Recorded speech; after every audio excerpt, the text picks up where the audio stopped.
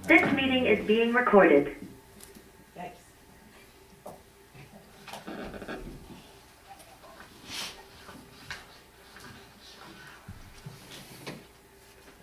Welcome everyone to the Salem Township Planning Commission, April 19th, 2021. We'll call the meeting to order at 7:33. I apologize for being late. If you'll please stand for the Pledge of Allegiance. I pledge allegiance to the flag of the United States of America, to the republic for which it stands, one nation, under God, indivisible, with liberty and justice for all. Okay. We are a couple people short today. Let's see, Dan is on the phone. Dan, I'm signing you in. Thank you. You're welcome. Okay. So, hold on. I don't know this is disorganized. Sure, okay, so we are, well, you know, maybe we should we just do the roll call? Bob, can you do the roll call? Yeah, who's here tonight? Just, you call the names and they say either Yeah. here or not. Mark Hahn, Absent. Daryl Landowski, Here. TJ McLaughlin, Here. Pam Merlo, Here. Robert Rizzo here, Danny Vergari. Here. Okay. There's a lot going on today. Okay, Bart is unable to come, he's had an emergency. And Bruce has taken the position as a board member and has taken over for Dale Converse, treasurer. So Bruce is the new treasurer of the board. So we have lost Bruce, and I'm not happy about that from loss of here. But congratulations on your new position. Thank you for everything that you have done, and we certainly appreciate it and wish you the best. And I'll still be calling you now and then, so. I just want to thank you, all of you, for your respect and very grateful for the friendship that I've gained from everybody up there, and I look forward to keeping that friendship going. So, and again, your leadership has been exceptional. Thank you. Oh, well, thank you. Thank you. Well, you'll certainly be missed. Congratulations, Bruce. Thank you. He said thank you. Okay, so, what do we do, since he was the secretary? Do we have to go through and do that now? Or can we just have, a stand-in and try and get through the meeting? Do we know? I don't know the answer to that question. I think that you could probably get through tonight's meeting and wait till you appoint somebody else before you go and you'll at some point have to elect. Right, a new right. secretary. Right. But yeah, why don't we get through tonight's meeting? Do you concur with that, Ed?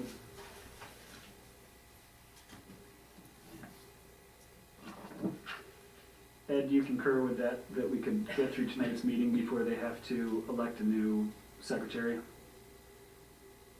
I don't know if you can hear me. Is Ed on the phone? I'm here. Ed Can you hear is, me? yes. Ed, is it, since Bruce has taken another position and so he's had to resign from this board because he's the new treasurer, do we have to appoint someone tonight, or can we do that at our next meeting? Well, you have to have a secretary, so you can appoint somebody temporarily to fill that position for just tonight, but obviously ultimately you'll have to appoint somebody permanently for that position. So is this an appoint thing, or do we take volunteers and vote?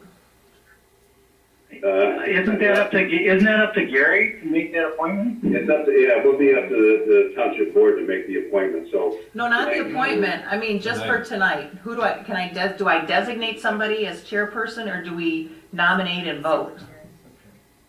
You probably should vote to keep Okay. it formal on who you want to be the secretary for this meeting. Okay, all right, we can do that, that's no biggie. Since Mark Cohen's not here, No, we're not going down that road. I would like to nominate Bob Rizzo I for to second do it. that. Because TJ's the liaison, Okay. I and second. you're the new guy. Oh, That's how it goes. Congratulations. Oh, well, we need to take a Oh, vote for just that. sorry. Can you do a roll call vote so that we can nominate you? okay, so I called, for a vote. Yes. Went over the names again. Yeah, Okay, so Bart Kahn. yeah, well, you don't have to do Bart Okay. because he's. Daryl Lewandowski, Yes. TJ McLaughlin, Yes. Pam Earl, Yes, Daniel Legare. Yes. congratulations and thank you very much Just for tonight. for volunteering. Just tonight so far. Sorry. Okay, checking off our list. Adding things on and checking them off.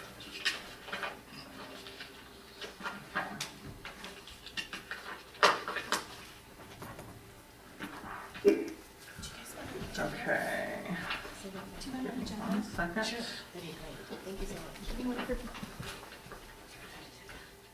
Okay, to, the approval of the agenda, I would like to move things around on the agenda just a little bit here.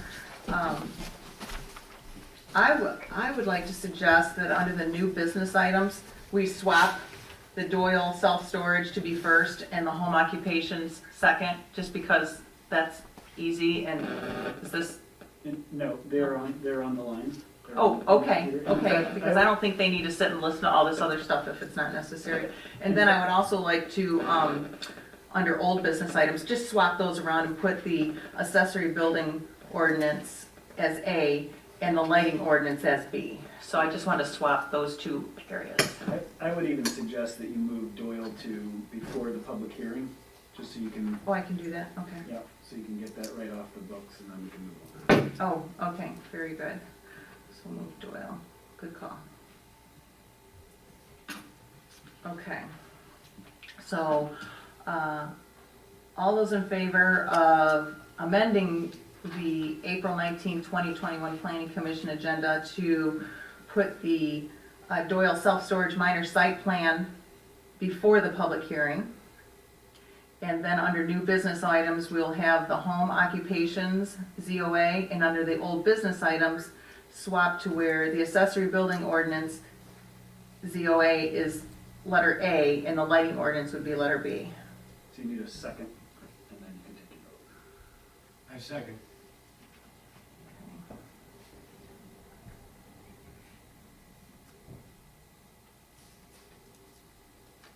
Okay. So if we can get a roll call vote, please, Mr. Secretary. Daryl Lewandowski, Yes. TJ McLaughlin, Yes. Pam Earl, Yes, Robert Rizzo, yes. Daniel Legare. Yes. okay. Alrighty.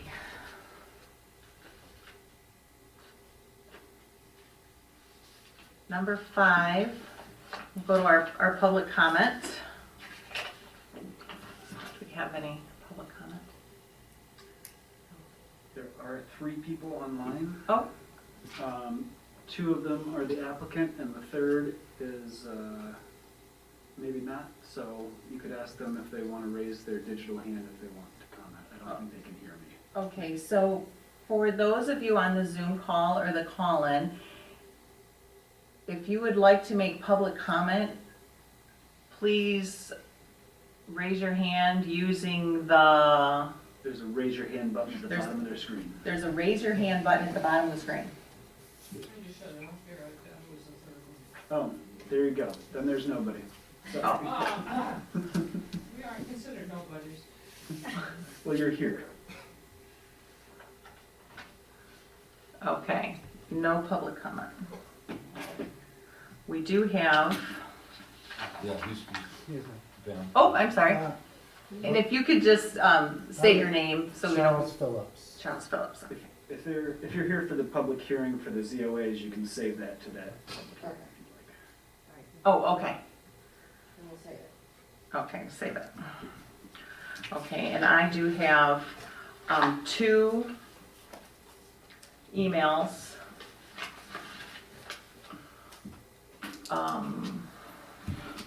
And are those also about the public hearing?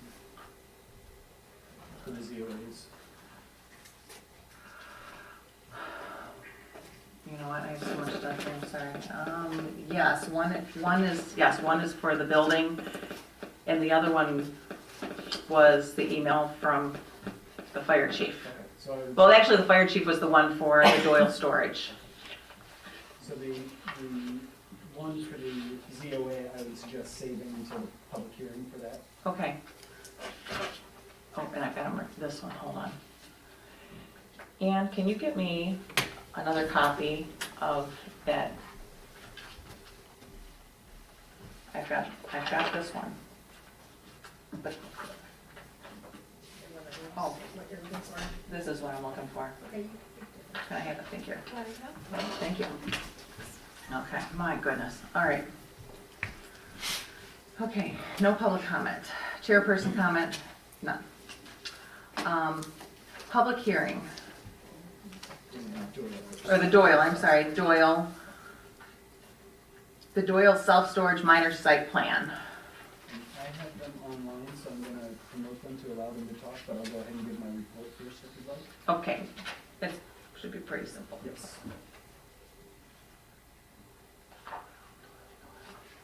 Okay, so this is a minor site plan application for an expansion of a storage facility where they store recreational vehicles, boats, that kind of thing.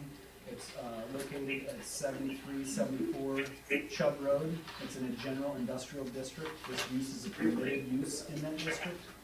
Sorry, I don't have my microphone. So it is a permitted use in the district. And what they're doing is an expansion of the fenced-in area by roughly 20,000 square feet. No new buildings are proposed. There's an existing home on the site, which is a accessory to that use, and there are 2 other existing buildings on the site, but they are just expanding to the front. They're expanding the fenced-in area, and they've got a new access point onto Chubb Road. So because of this expansion, because it's a commercial facility, they did have to bring a site plan to the planning commission. If there was an existing site plan, they could have just done this administratively if it was just a minor change, but because they were doing an access, new access point, that threw it into the thing where you all have to take action on this. So they submitted a site plan, which you all have in front of you. They've actually submitted an update since then, and I believe Ann printed copies for you, because there were a couple outstanding items that I had, and the fire chief as well. So this change that they're proposing really makes sense. Previously, to get to the site, you had to go down the next drive to the north, different property, and navigate between buildings to get to the gate to get into this area. So it really does make a lot of sense for them to have direct access onto Chubb Road for both the customers as well as the operators. The circulation, again, that seems to make sense from that standpoint. What they're proposing doesn't require any new parking spaces. So really the only update that they've made here is just with regard to the new area. Because they're providing new impervious surface, they did have to put a pond in. We noted that they needed to have detention pond landscaping, which on the plan that they submitted today, they did show, and that meets the requirements. We did ask them for a fence detail because they're across the street from a recreational conservation area. The ordinance does require that that fence be solid, so you can't see through it. So they've got a buffer, landscape buffer along the road, then they have a solid fence, and then the storage area. So they did update that as well. And then, Jim, if I can speak for you, you were asking for a Knox box and some circulation, or do you want to talk about that? Thanks, Paul. So from the fire department perspective, I would echo what Paul has said, that this provides better access should we need to get our fire apparatus into the area, which I believe there's been a few fires from the trailers in there. So I was told, I think it's a 22-foot gate, which will allow enough access room for us to get our apparatus in there. As Paul has alluded to, the original design, it makes it a bit tricky to get in there. And if you don't know the area, it's pretty easy to pass that driveway up. The other thing that we asked for is a Knox box gate key, which I understand this will probably be like an automatic gate. We use a Knox box in the township, which is a master keyed lock that all the fire apparatus have. And since this will be an automatic gate, we ask that the owner purchase one of the locks and have it installed on the gate. So should there be an emergency, we can go right up to the gate, use the master key and open up the gate and not have to cut padlocks or gates or anything to that nature. So I think I spoke to the owner a day or two ago, and he seemed to be amenable to that. But that's kind of our standard in the township, so it would help us and help him minimize damage that we would have to inflict if we have to get in there fairly quick. So that's all the fire department's comments that we had. So on the plans that they submitted today, they have made those updates. They indicated that Knox box will be on the gate, and they did a couple of changes that I was looking for. They do have approval from the Washtenaw County Drain Commissioner's Office, as well as the Road Commission for the access point. So at this point, unless you have any questions, that concludes our report. And Jeff Doyle and his engineer Scott Betzel are on the line if you have any questions for them. I don't have any questions. It's a minor site plan, it's easy. Fire chief got what he wanted. You got everything you wanted, I'm good. How many I'm good. storage facilities are along Chubb Road right now? There are two different ones right there. Different ones? Yeah. Those are just regular storage, this is for off-road vehicles? Both of the ones at the corner of 5 Mile and Chubb Road are recreational vehicle storage. Okay. Now, you mentioned something about the solid fence. Now, is this property rated 5 and Chubb? No, Okay. How far north is it from the land, the township land preserve over there? how far south of the township land? Or is it south of the land? Yes. I thought it was north of 5 Mile. Is Oh, that- I'm sorry, yeah. Let me see if I can tell you that. It's right next to the other storage place. If you didn't know they were two separate ones, you might think that they're Oh, the okay, same. all right then, I'm fine. Okay. Thank you. Okay. You want to make a motion to... Do we have a motion for this, Dan? Or do you have questions?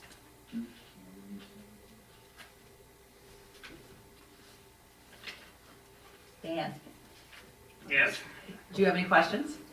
I have no questions. Do you have a motion you'd like to present? He's on snooze. Let's see, make a motion to, trying to look for the language here. To accept the Doyle self-storage minor site plan, would that be the motion? Yes. With the amendment?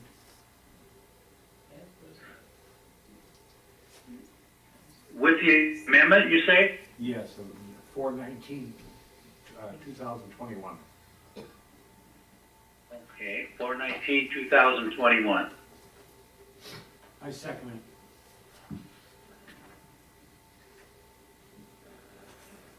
Okay, we have a roll call vote, please. Darrell Lewandowski, Yes. TJ McLaughlin, Yes. Pam Merlo, Yes. Robert Rizzo, yes. Daniel Vergari. Yes. Okay. Mr. Doyle is finished. Okay, now, do we have a motion to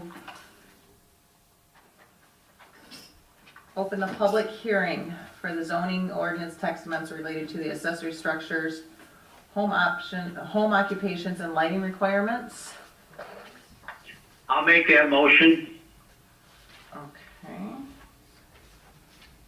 Was that a motion to open the public hearing? yes, Did you include all three of them? yes. Okay, sorry. I wasn't- Well, I stated it and Dan made the motion.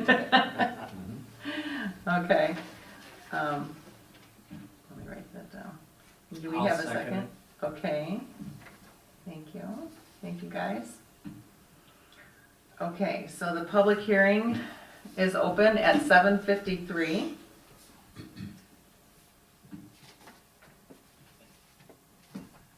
Okay, is this where, Mr. Phillips, right? turn. Your turn. Microphone? I don't know if I'm out of order or what the procedure is here. I'm here for the first time to share with some of you. I know some of you may be aware of what we're going through, but we have a lighting situation at our residential property. Our neighbor has put up lights that more resemble a football field or an outdoor stadium than any typical lighting that I've ever seen in Salem Township. I've traveled from corner to corner, every street, every road in this district, in this township, which I might say we proudly have lived here since 2003, me and my wife and my family. So I haven't seen anything that is even remotely close to what we're living through right now. I'd like to present a few pictures to the board, if I may. Sure.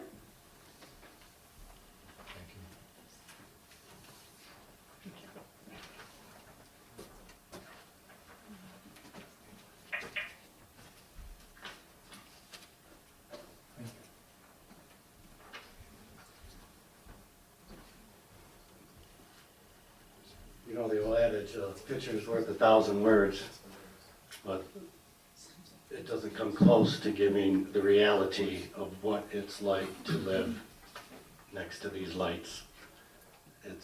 The picture does not give it any justice. It gives you a slight example, but to be in the light, I brought something to illustrate what we're living with, and I would like to maybe show you a lighting system that's similar. It'll just take a few minutes, but in a nutshell, I think Paul's quite familiar with this matter. These lights were originally erected in October of 19, without a permit. And subsequently since then, it has been permitted. I'm just going to read briefly the exterior lighting code. The purpose of this section is to preserve the lawful nighttime use and enjoyment of land in the township through the establishment and enforcement of reasonable and consistent exterior lighting standards. Exterior lighting shall be designed, installed, and maintained to control glare and light trespass, conserve energy, and prevent degradation of a nighttime visual environment. The standards of this section are intended to protect the general welfare by allowing sufficient but not excessive lighting for parking areas, walkways, driveways, buildings, entrances, loading areas, and common areas. Minimize the adverse effects of inappropriate lighting and provide for the safety and security of people and property in the township.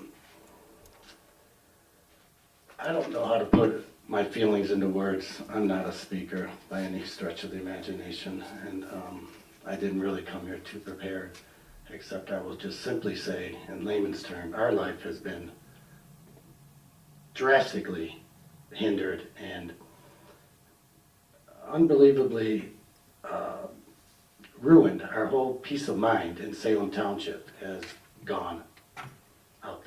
It's gone. there's more to this story than I'm alluding to with the lights, and I don't really feel I need to elaborate, but it is important. We had just, since the spring of 2016, we had been in a lawsuit with the gentleman with the lights, and that went on for 4 years. And we were the defendants. We had no choice but to protect what was ours and to defend our lawsuit. We decided to settle the lawsuit out of court and give away a lot more than we really should have, but that's what we did to end an ugly, ugly situation. I currently live now with an active restraining order from the gentleman with the lights. That's currently active. My life has been threatened on numerous occasions. My family has been threatened on numerous occasions. And I had no choice but to take the matter to the court, and I was granted the personal protection order, not a restraining order, personal protection order. And it's been violated on numerous occasions, and the personal protection order has been extended. So there was the original protection order, and now we're into the extension. I'm not here to ask for anybody's sympathy or anything in that matter. I'm just stating the facts. And we could not have been more proud a family to live in this community. Living in the peace and serenity of Salem Township has been a dream come true, to put it mildly. And we've dealt with all this lawsuit stuff. I'm dealing with the restraining order. I've had to, I could go on, but it's just been horrible. I've had to carry a weapon and get my gun permit, which I've never owned. I'm a Marine. I'm not afraid of things in general, but for the first time in my life, I had to get a gun. I don't carry that gun too many places except in my backyard. It's just sad. I'm sorry, I'm gonna interrupt, and I feel like a total heel by saying this, but, and I probably should have said, public comment is generally just about 3 minutes, so everyone could get in. So I'm not saying you're done, I'm just saying maybe consolidate a little bit. I'll wrap it up. So we do wanna hear your story. We do wanna hear what you wanna contribute that'll help us in this. The lights Thank are you. unbelievably intrusive, as you can see by the picture. The picture shows a gate, that's the property line, and all that light, the light is shining directly on our property. This light is not like any, it's high-powered LED lights that are, it's only, the description is like a football stadium. When you're in my backyard, you have to literally shield the light with your hand, wear a hat, and I walk like this.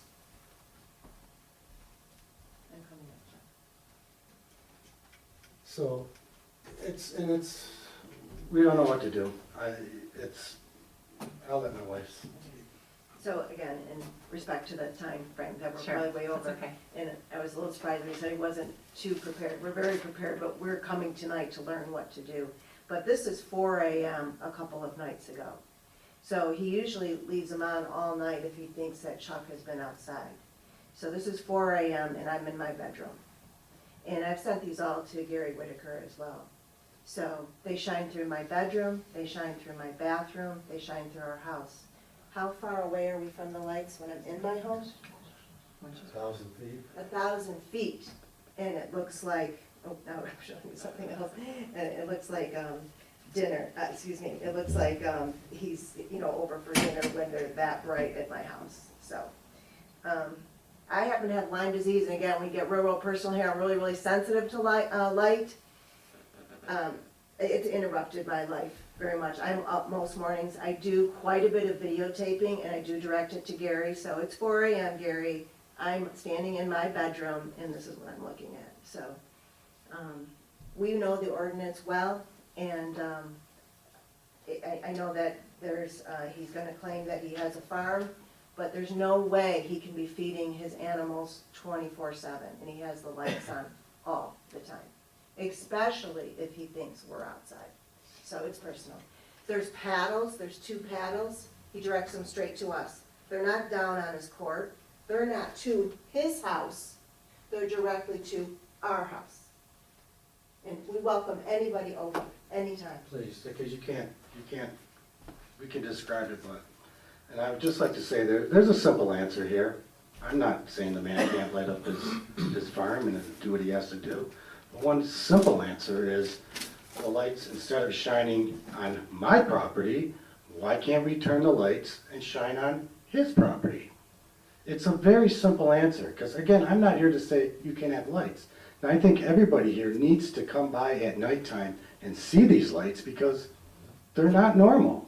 They're simply not normal lights. And Paul, with all due respect, this was, was performed without a permit, and then it subsequently somehow got a permit. We had been in contact with you on many occasions to express our concerns. We were never contacted. We were never asked any of our concerns, and somehow the permit got given to the lights that are up now, and no changes. So it's, the real simple answer is, put it facing your house. He's got 27 acres, and there is such an easy solution to take the lights, move them off to the other side. It's still going to illuminate all the things he wants to illuminate, but it's shining on his property, not my property. It's a simple answer. That's what we're hoping for, something along those lines. But are the lights even legal from wherever they are? I don't know. They're just so loud, so loud. And I'm a nighttime person. I love to walk my property at night. I love to look at the stars. It's just what it's just one of my passions, one of my hobbies. And those lights are on. Forget it. It's over. I can't even be out there anymore. It's that bad. And I would just hope that you guys could come over and see it. Gary has not been over. He's been invited many times, and he's not come over yet. Okay, Thank you. thank you.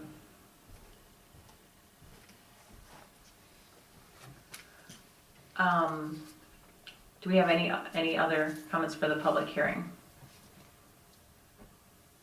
For either the home occupations, lighting, accessory structures? No. Okay. Do we have the email? I'm gonna read that, and then I know you have a question, I didn't forget. Okay, I received an email last Thursday from Miss Julie Pello, and it says, Dear Planning Commission, it has come to my attention that a new zoning ordinance may come into effect regarding the size of a home-based business, is able to be. Changing the building size to only 300 square feet limits residents from being able to live and work on their property. People have now started working from home more than ever. This new zoning law restricts hardworking, tax-paying people from being able to move into Salem and be a member of a growing community. I've spent a lot of time and resources planning to move to Salem and build my dream home. I would like to be able to work on my own property, doing what I love, and providing a useful service for the community. I have been working on this move and build for several years. I have spent many months trying to find the perfect plot of land that I can love and enjoy for years to come. I have dedicated many hours and funds to this already. If the zoning is changed, I will have to look to another city or township that can suit my future needs. I feel that many other people looking to work from home will be dissuaded from relocating to Salem as well. I'm hoping the commission can come up with a different solution for keeping certain home-based businesses in Salem. I am not yet a resident, but I have owned my property several years and have been looking forward to this dream coming true. Please consider keeping the accessory building at 25% of the main residence size. Thank you, Julie Pello. And that was sent on Thursday, April 15th, 8:14 p.m. It was sent to Ann Alexander Palmantego. So, thank you. And Okay. And now Bob, I believe, had some questions for the Phillips Yeah, and family. I also have something on the 300 square feet, but I was just, I But wanted to we'll do ask- that after the public hearing, but I wanted to ask the Phillips, is the lights on every night, and are they affecting the other neighbors? And really lighting, Paul can probably attest to this, is not supposed to be going over property lines. They're on most nights. Other neighbors Most affected too? Yeah. There's been comments. yeah. The other neighbors, are fearful, they understand what we've gone through. I see. But if you ask them, do you like the lights, they will say, we're not a fan. And the lights actually come over onto your property. Yeah, and to some, depending on where their houses are, onto theirs as well. Not as much. We've got He's got his paddles Yeah, positioned to there's- affect us. there's 6 paddles total. 5 are on my property, 1 shines the other way. But do they go on our property? Yes, and then some. It's like a whitewash of light. Literally, you can't walk without shielding the light. I've tripped and fell on occasions because of the light. It's bad. Thank you. okay. So, do you want me to make comments, or are you on these ordinances, or you want, the written ones fine?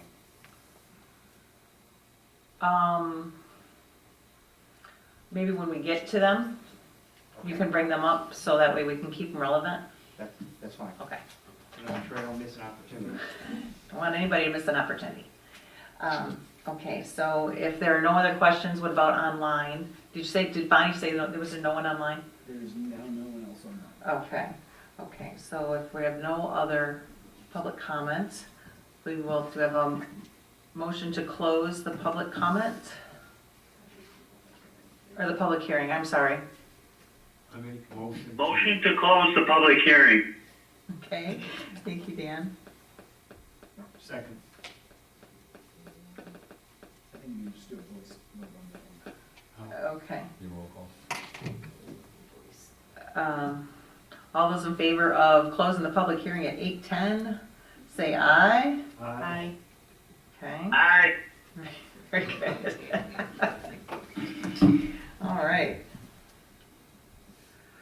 All right, so now we will go to, let's see, we put Doyle on. Now we will start with, Ed, are you still there for our home occupations? Yes, I'm here. I'll mute myself again. Okay, no. Okay, I think what we're gonna do, we have a lot to go through, there's just a lot going on. What we're gonna try and do is, let's, everybody's already read their material, everybody's got their questions, so, Ed, did you wanna give kind of an overview for the people out there, can we just dive right into it? What did you wanna do? Yeah, I'll just give a brief introduction. Okay, The changes that were made to the home occupation ordinance were based on actually a Michigan Supreme Court decision. It was, as you all know, we have both medical marijuana statutes in Michigan and recreational marijuana statutes. It had previously been thought that there could be no local regulation of marijuana because of those 2 state statutes that kind of encompass both recreational and medical marijuana. However, in the Supreme Court a few months ago, in a case involving Byron Township, said that there can be local regulation of marijuana, of medical marijuana, and caregivers, to the extent that you can limit the areas where caregivers can grow medical marijuana, and the township can also require that there be a permit. So what the Supreme Court said is that by having caregiver marijuana be a home occupation, the township was not prohibiting caregiver marijuana or user marijuana for medical purposes. And they also said that they could require a permit for that. What the township can't do, of course, is you can't prohibit caregivers from growing medical marijuana under the state guidelines. So with that in mind, patterning, using the Byron Township ordinance as a pattern, we have revised our home occupation ordinance to allow caregiver medical marijuana by registered primary caregivers and registered patients to be a permissible home occupation under the home occupation statute. So the changes that were made were all with that in mind. Our ordinance, the changes to the home occupation ordinance, and particularly that section dealing with the use of medical marijuana, are, as I indicated, patterned very closely after the Byron Township ordinance to make sure that we were going to be in compliance with the guidelines set forth by the Michigan Supreme Court. So with that, I guess we're ready to go through any questions anybody may have regarding those changes, and I'll be happy to answer any of those. Thanks, Ed. Okay. All right. So under section 40.204, home occupations, I had a couple questions, and we'll go through. We might have some of the same ones. And I'll go through mine. We'll see if we can get answers for those, because it is a public hearing. We want to ask our questions, get our answers, and move forward. Okay? On the very first page, under A, the use standards, number 4, letter A, the 300 square feet, it says the lot shall not exceed 25% of the floor area of the dwelling unit, or 300 square feet, whichever is less. I think that would be pretty restrictive Yes. for the home occupations. I would suggest eliminating the 300 square feet. I'm fine with the 25% of the floor area of the dwelling unit. And everybody's, Yeah, I think the 300 square feet That's is way too reasonable. restrictive. yeah. Dan, what do you think? I don't have a problem with it. You don't have a problem with keeping it, or you don't have a problem with removing it? With the 25%. Okay, all right. So I think, I'm just gonna make some notes here. My next, Chair, if I Sure. could just jump in. Of course, the original home occupation ordinance in the township did say that the area shall not exceed 25% of the floor area of the dwelling unit. The Right. 300 square feet was added, again, because this was patterned after the Byron Township ordinance. sure. I don't think, from a legal standpoint, that by removing the 300 square feet, we are going to change the spirit and intent of the ordinance such that it, would not be upheld by the courts in Michigan. Thank you. I like that spirit or intent. We're still taking care of what we need to. Yeah, and that was the only thing that was added, and like Ed said, he's copying what works. Now, further on down the page, there's another change, and we'll probably, people might have some questions on this or some discussion, but number 8, it was changed to the sale of commodities on the premises is not permitted, meaning whatever people had in their home-based business for sales as of commodities, it would be a delivery only. They couldn't sell it on their own property. And this does not apply to, the fruits, the vegetables, whatever, agricultural stuff. Correct, that's only in relation to these home-based businesses. So farmers could still have farm markets per the, standards in the ordinance. This would be if, if somebody's making baked goods, or if somebody's doing. Mr. Chair, if I can jump in here again. Sure. The original ordinance said that no article shall be sold on the premises except that which is prepared on site or provided as incidental to the service or profession conducted therein. So that was in the original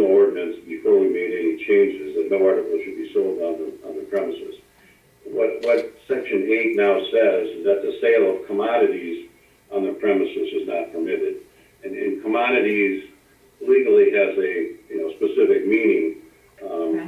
A commodity is not the same as a good being sold on the premises. A commodity is generally a raw material used to manufacture a good. Oh. We think of agricultural, I mean, the commodities, if you think of what's traded on the stock exchange, you've got raw materials like, oil and gas and metals, copper, iron, those types of things. The example is, flour would be a commodity because it's used to make another product or good. Bread itself would be the good that's being sold. So that the intent there was to not permit the sale of commodities, but not necessarily prohibit any and all sales of goods on the properties. Okay. Thank you, Ed. I think we needed that.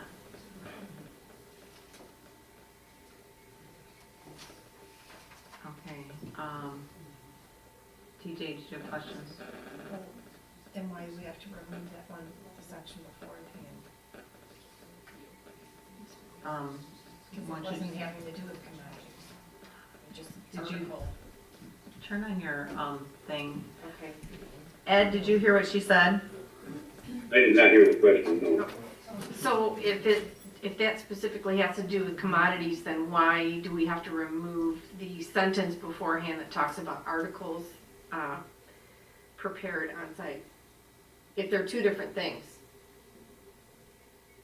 So why would, instead of just Yeah, why do we adding have to one? remove that? Yeah, why not just add the sale of commodities is not permitted?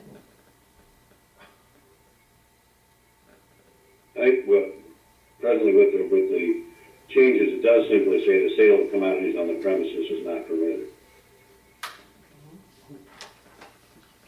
Yeah, I think we're losing what the intent is of removing the portion before that. No article shall be sold on the premises except for which is prepared on site or provided as incidentals. Are we trying to remove the incidentals to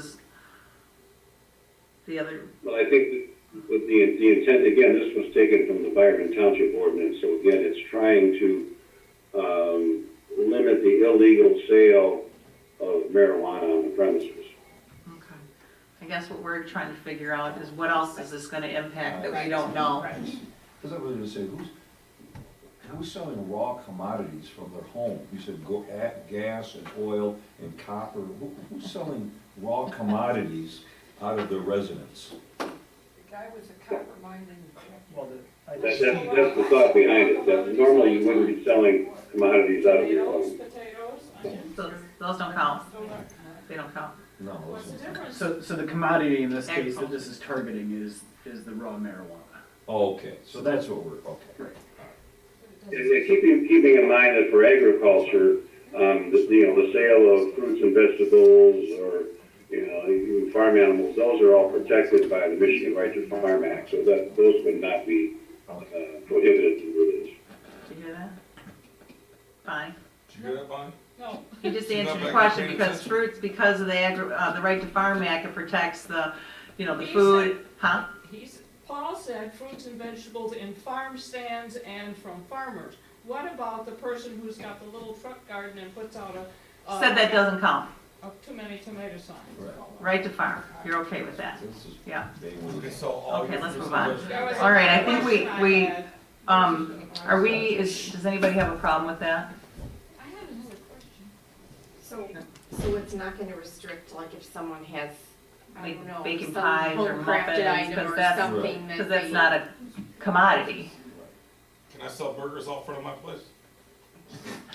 I would ask Fries, that Coke. question. I think the point of this piece being in here before was to say, by virtue of saying these other things can't be sold except that which, if we take that out. But we're taking it out. I know, so I think that's a question for Ed, but I don't think he can hear me through this system. Okay.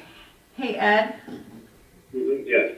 Well, I think he was answering saying he's just copying it, of what worked in the Byron. We're still not clear on why we are taking out if that first portion is, if it's a problem or if it's hindering what we're trying to accomplish. the part that says, no article shall be sold on the premises except for that which is prepared on site or provided as incidentals to the service or profession conducted therein. Well, I think the reason was, the thinking behind that was because, marijuana is something that can be prepared on site and sold off the premises.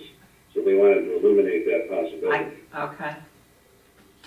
Okay. But in doing that, how many other businesses is this going to affect in the township? Just so that we can change that. People that are selling things, now they're not going to be able to, except if it's I fruits and vegetables? Well, actually, that's not what I get, because it says commodities, so they can sell those other things.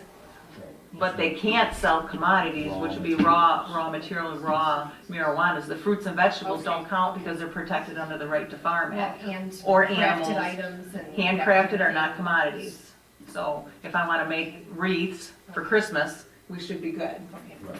So I feel like there is I've seen this type of language in many places, so I feel like there is some reason that this language has been in here to make that clarification that you can sell the baked goods, you can sell the shampoo along with being a hairdresser, you can sell a dog leash along with being a dog groomer or something. But I suspect that this language was here to permit people from then opening the door and selling all kinds of other things that have nothing to do with what the business is. Okay, so so is that a problem, or? Well, I don't know. I mean, Now, those would all be finished products. If someone's selling donuts on the premises or, baking pies for sale, those are finished goods that would not be prohibited by that section. Okay. Yes, Bonnie? How does this affect yard sales? It doesn't. You just can't sell marijuana. Raw materials, Bonnie. Raw materials. Or incidentals, or things that go along. That's taken out. Okay, It's just raw materials. okay, good. Okay. All right, so I think we have the answer to that. Okay, next one I wanted to just bring up, number 11. Well, actually, I don't. I'm okay with that. Let's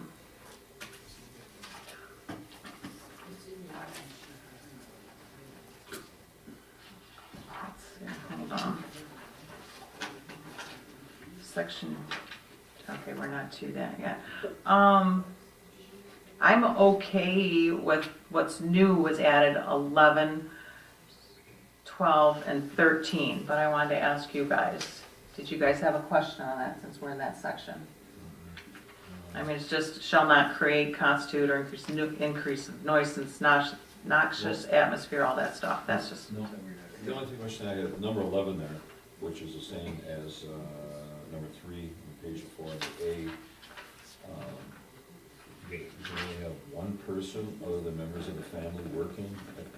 So you have one employee. Yeah, I thought that was a little bit,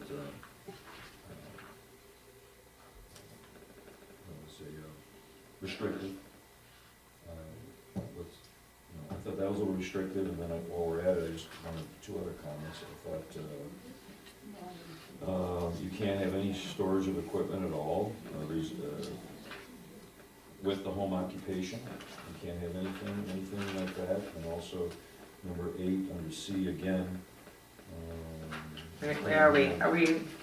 We're still in A. Yeah, okay, so I thought that was a little restrictive too. Okay. You can't have any equipment or materials associated with your storage of equipment or materials associated with your home occupational business. You can't have anything. I'm sorry, which one are you looking at? Are we still in A? Where are you? Yeah, We're number in 8, number 9. A9. Yeah, I thought that was a little restrictive. Those are only my I've comments. got. 9? I've got this exterior display. Yeah. Wait. Yeah, where's that?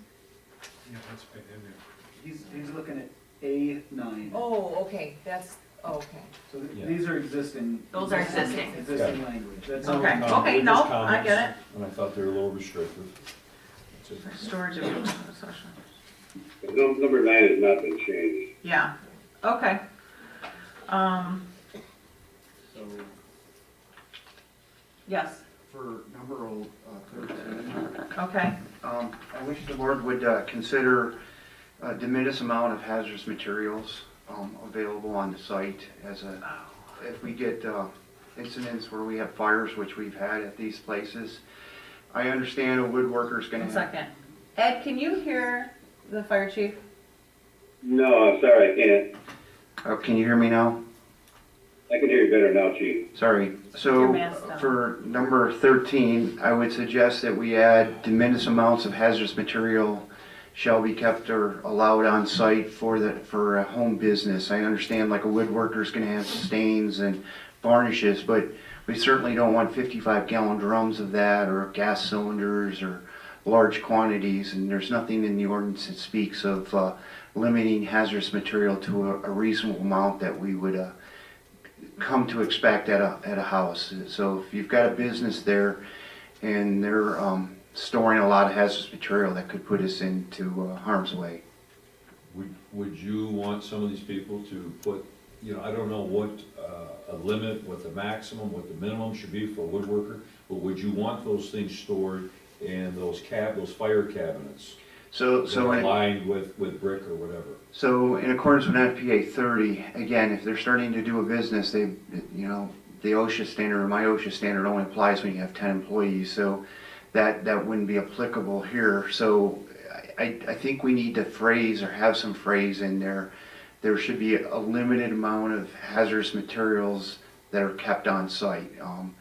And it's going to be hard to put a number, but I also know there's a county ordinance that also specifies if you go over a certain volume, like 5 gallons, that also has to be registered. So, and would you like to see them stored in a fire retardant absolutely fire cabinet? Absolutely, for flammables, compressed gas cylinders. If you're starting to get into a commercial operation where you've got large cylinders stored there, that's not something we'd expect to see at a house. So some of these things that, if you're doing a home business and you got small quantities that the normal person would have, we're not going to have a problem with that. But if we go into a garage and it's loaded full of chemicals, that's not something we'd expect, and it could put us in harm's way should that catch fire. And the medical marijuana is another example. If they're doing tons of fertilizer storage or a lot of chemicals for doing that, then we need to know about that so that we can pre-plan and not send somebody in harm's way. Should they be stored in an accessory building? It depends on what they're doing, and yes, there's plenty of codes out there to follow. I'm just trying to think of the person who's doing, like there's a carver down, I think on North Territorial.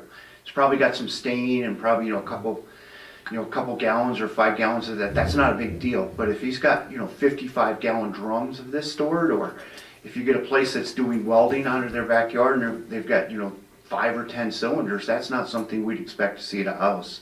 Nor would we plan for that. And then the lawn service guys sometimes have external tanks with gasoline. And fuels and stuff like that. Yep. And some of that's covered under farm standards, but we see these golf courses and stuff like that, but we would kind of expect that. But again, it's when you get the unusual, and I guess this is what we're trying to do, is cover the unusual events. And maybe I could work with Paul and Mr. Plato to come up with some language, but I think we should have some language in there. It says there should be a limited amount of hazardous material, because as you wouldn't want to be living next to somebody that's got a ton of material, of hazardous material, and not know that. Does that make sense to the board? Mm-hmm. Yeah. Yeah, I wouldn't have any problem working with the chief to come up with language for that. And I recognize that some of the home businesses are going to need, some commodities of hazardous materials, but when you get into large quantities, or if they're, doing production, which we have a lot of places that have a lot of property, so I wouldn't put it past somebody to try to do something like that. Paul, are you familiar with any of that stuff? Okay. I think we can come up with language too. Okay. Linda, did you have something to read? Yeah, what worse if like duplicating was already required at both the state and county level, and Jim knows that. If you have a reportable quantity of any hazardous material, you have to comply with county and state standards. There's no reason for Salem Township, once again, to have government overreach. The definition of a hazardous material is anything when released from its container harms you or the environment. So when you go into a home, contrary to Mr. Rockwell's spiel, you assume that there are hazardous materials in the home. People have cleaning supplies that when released from their containers, bases are just as caustic and corrosive as acids, if you remember your chemistry. And so I don't think that this is something that you can enforce. Think about your own homes. A lot of us have weed killer. You put it around maybe your fence post because you can't get close enough to mow them. You have weed killer. You have gas. You have oil. You might have 2-cylinder oil if you have a chainsaw. We have all those things in our home. You may have all sorts of cans of paint. You may have wood finishes. And if you're a business, you already are complying under the county and under the state. And I think, again, if Salem Township's intent is to have an ordinance that's usable, and Pam and I have had this discussion, it's simply unwieldy to add another layer of government. That is totally unnecessary. The fire department here has the ability to access what the county has for businesses that have reportable quantities. It's not needed at this level. Thank you. All righty. So if we go to section A. Let's see. Let's move on to section B. Somebody in the room knows. I did not have anything for section B. I think, I know the fire chief has got a star there. I think it's in line with 13. We're just, Okay. as was explained earlier, some of these doctors and dentists we found have hazardous materials that we wouldn't expect in a house. So in accordance with general safety and the environmental rules as written, we'll come up with something that will be amenable to this section. Well, certainly for review, but not as a given.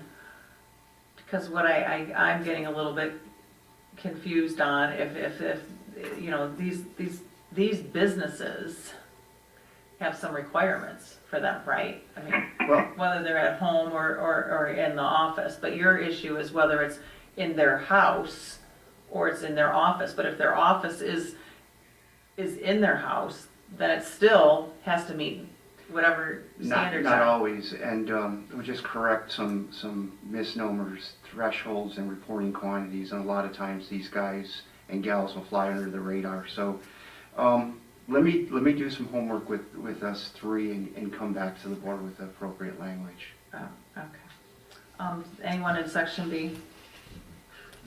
Okay. I don't have anything either.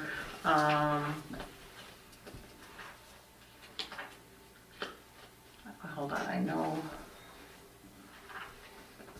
Okay. So Pam, Yes. you guys are looking for the next section, since Mr. Rockwell was implied what was said wasn't quite so. This is Sarah Title III, Emergency Planning and Notification. Every facility should have an emergency response plan in place to address hazards in the workplace. Emergency planning is important to address the protection of employees, the facility, the community, and first responders. Your facility may be subject to specific planning requirements under federal and/or state regulations.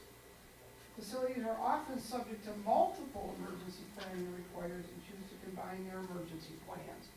And that's the point I'm making. These facilities, first of all, there are no doctor offices that you can visit here in Salem Township. There is one dentist over at North Territorial and Pontiac Trail. And so, again, we're trying to create layers of rules that aren't necessary.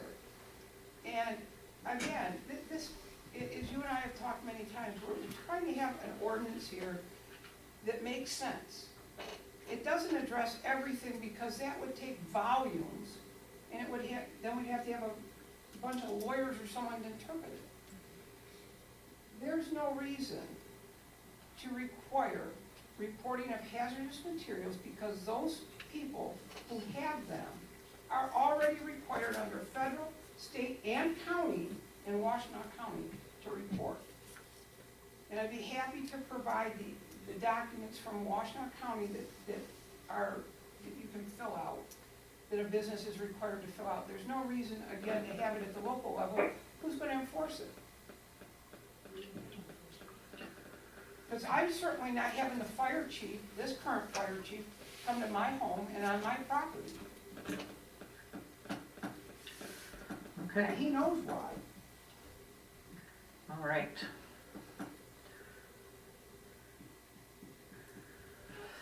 Number 2. We are in,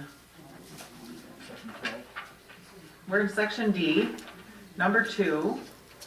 A question I had is on 2C. Actually, Bruce brought this up. Yeah. This says, Ed, this might be for you. Not more than 2 registered primary caregivers. The question is, should it be 1? Is that a problem? You know, every time these numbers come up, I'm wondering where the numbers came from. Which section are you in, Pam? We are in section D, number 2, 2C, where it says not more than 2 registered primary caregivers who also shall be full-time residents of the dwelling shall be permitted to operate at any one property. And the question came up, should it be 1? Well, I don't know the answer. Did you find it, Bob? No, I'm just gonna say I don't understand. I can check too. What's the, Probably because it's medical marijuana, and the more people you have, then the more plants you have, the more, So each caregiver is allowed to grow up to right? 12 plants for themselves and 5 patients, so they can have up to 72 plants. So if you have 2 caregivers on site, then that would be 144 plants. So I think that's the concern, is that if you allow for 2 of them, then it would just be that much bigger of an operation, which seems to be farther from a home occupation and more a large-scale growing facility. But you know, if both members of the household, if you have a husband and wife and they're both caregivers, then I think that's why this is that way. But I don't know. I can't speak to the direction behind that. And you probably don't necessarily know the answer to that either. I'm guessing that this was just, again, mimicked from the Byron Township because it was found to be upheld in the court.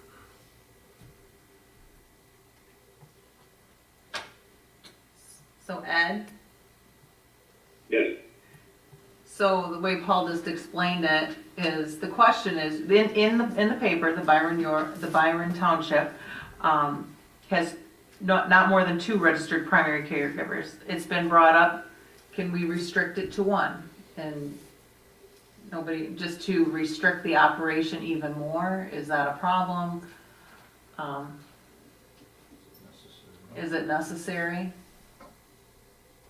Well, the more restrictive you get, then you're going to be separating out the medical marijuana caregivers from other home occupations, because this section only applies to medical marijuana caregivers. And keep in mind that, both caregivers have to be registered with the state. They also both have to be full-time residents of that dwelling. So the chances are you may have 2 people living in a family who are both acting as caregivers to, other people. Okay. And I think that was the reason to say, okay, for more than 2, 1 may be a little too restrictive, 3 may be, 4 may be too many. 2 seemed to be a good compromise because you could Okay, certainly possible to have two people in the same family being, acting as caregivers for somebody else. okay.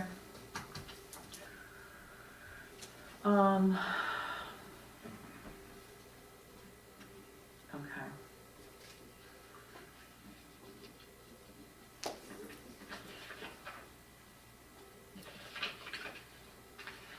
Actually,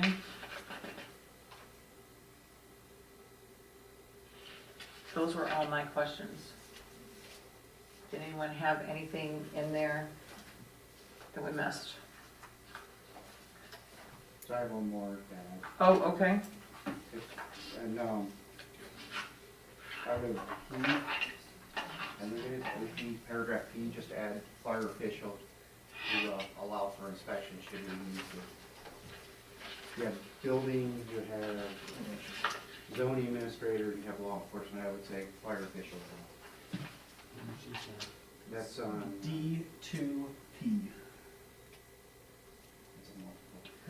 So Ed, what the fire chief is requesting is to add, in section P, is to, for the inspection, the property dwelling and all enclosed, locked facilities shall be available for inspection upon request by the zoning administrator, building official, or law enforcement. Wanted the fire, official to be included in that. Yeah, he has no Isn't the- authority unless there's an emergency.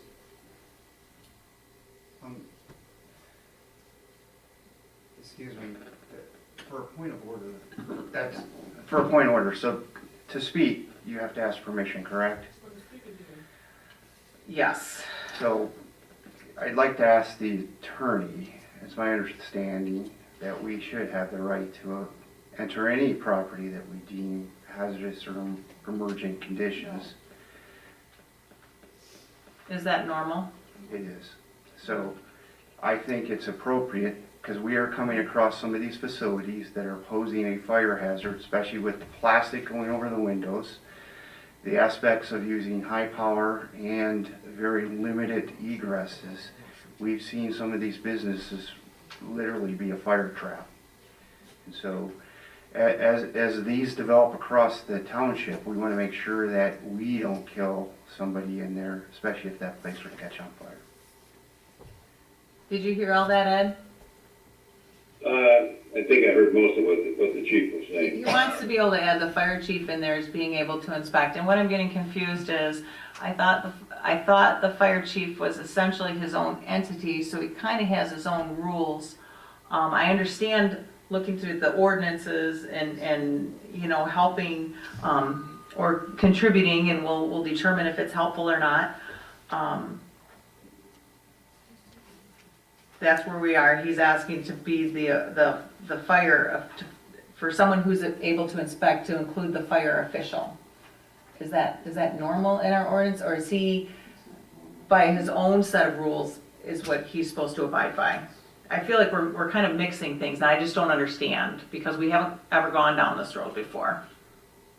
Yeah, and I guess what my concern would be, I mean, this section of the ordinance is intended, obviously, only to apply to medical marijuana facilities, and it gives the township, certain individuals in the township, the right to go in and inspect those premises, including unlocked facilities.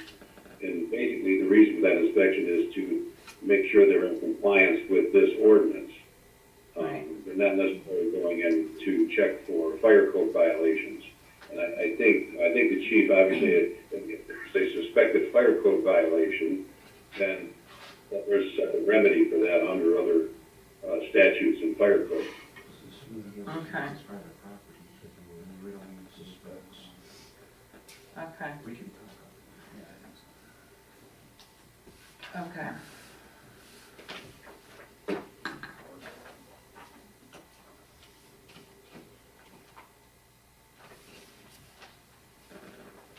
Okay, I'm actually done with that one. Are you guys? Are you done? No? Okay, Linda. So a lot of government today wants to take a power grab and, again, get involved in things they're not supposed to. Mr. Rockwell has life safety code, NFPA 1, NFPA 101, that allow him to do his job. He has no business being part of the zoning ordinance. He's not a zoning official. This is nothing more than a power grab, really. And so we sneak in here and then we're gonna sneak somewhere else. He has codes that the township's adopted that allow him to do his job. And he has no real authority under any law unless there's an emergency. Right now, he can tell us what to do and it's meaningless, because there's no emergency here. He needs an emergency. There are rules that govern fire chiefs, there are rules that govern fire departments. And I'm very disconcerted, and I apologize for being late, but I came directly from another meeting.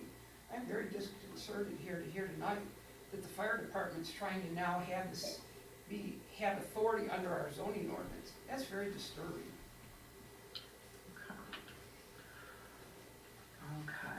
Okay.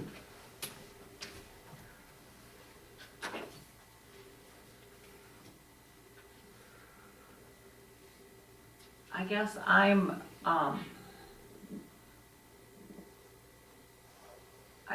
see these things, and like I said, it's all new. And I would like to know for sure before we start, I'm not saying we're gonna change anything, but because this has never been in here, I understand your concern, but it seems like now we're mixing things. And I do have concerns with that. I don't know, I don't wanna just start adding in more and more rules. It's in the more and more rules we have, you know, it just, and it's not that I'm against rules, we need to have some guidance. But sometimes the more rules we have with, you know, the enforcement capabilities we have, I mean, we have to be reasonable. Just going in to check somebody's, I don't know how that works, but it doesn't, it just kind of raises a red flag that maybe it needs to be looked into, is who's supposed to do what before we start creating any words together to, no offense guys, but rack up our attorney and our planning bills. I want to know what the rules are of what's appropriate, you know, and I do have some concerns, you know, with, I understand what you're saying, I do, but I think sometimes we just can't have everybody looking over our shoulder and looking in our closets for everything to keep us safe, you know? I mean, I know there's a balance and that is our role, but I just want to put that out there. I agree. Okay. But just, if I may on that. Sure. Point, you're right, you're correct. This, anytime you have an ordinance that provides that the township can go in and inspect basically at will, we are pushing the envelope. Obviously, people's property is their sanctuary, and to go in and inspect, generally you would need some sort of a warrant to do that, to go on their property. There is some case law now that allows inspections for, protect the public health and safety. But we have to be careful who and what we allow to do those inspections on the rest of the thing. And even the one that says, our zoning administrator, I mean, what's the justification for it? What's the criteria? I mean, yeah, I don't want a bunch of big giant grow facilities all over and these, tinder boxes of barns that are sitting out there, or, all the brush fires leading up to my house or whatever. But, what's the requirements to have those inspections? Is that in this ordinance? Do we need to have that? The requirement to give you a reasonable basis to demand an inspection would be if there's some reasonable cause to believe that there's a violation of the standards in this ordinance. Okay. So the question I have also, Ed, is in the state of Michigan, there aren't any annual inspections on these marijuana facilities yet, or is there any wording with that? I'm not sure about it. I have to go back and look at what the statute says there. I mean, they're still promulgating rules for both medical and recreational marijuana. I'm not sure it's as bad as it is. So, Ed, if I'm gonna put that on my list, I would like to know what the criteria is for inspection. And do we need to add it to an ordinance? Do we need to state it as a given? Is that something you look into and get back to us? Sure. Okay. Okay. Did you have a question, TJ? In general, as I said before, the criteria would be if you think there's a reasonable basis to believe that some part of this ordinance has been violated. Right, but who is that, what kind of criteria are we talking about? Maybe somebody just says, I mean, Well, I'm not trying to make it easy for so- anybody, but you wanna respect people's privacy, and I know this is for the medical marijuana thing, Right. but. So we're not in the business of going out and knocking on doors just to check on things. Usually Right, so complaint driven. Usually it's complaint driven, and so without having this language Okay. here in our ordinance, they may just be able to say, no, thank you, you can't come in. And if we have this language here, and they're not in any violation, then there should be no reason for them to bar us from taking a look to determine that they are in compliance. And if they don't want us to see it, then that gives us an enforcement arm to say, okay, well, you're not complying with the law off the bat. I guess I just get concerned with that because you know how it always says, somebody will say, well, somebody's using it to be vindictive against me. enough. Somebody's using it to be nosy. So if we just say, there's just one complaint or, there has to be some sense of reasonableness. Yes. I agree. I think, So I'm still not comfortable with that yet. mhm. Okay, fine.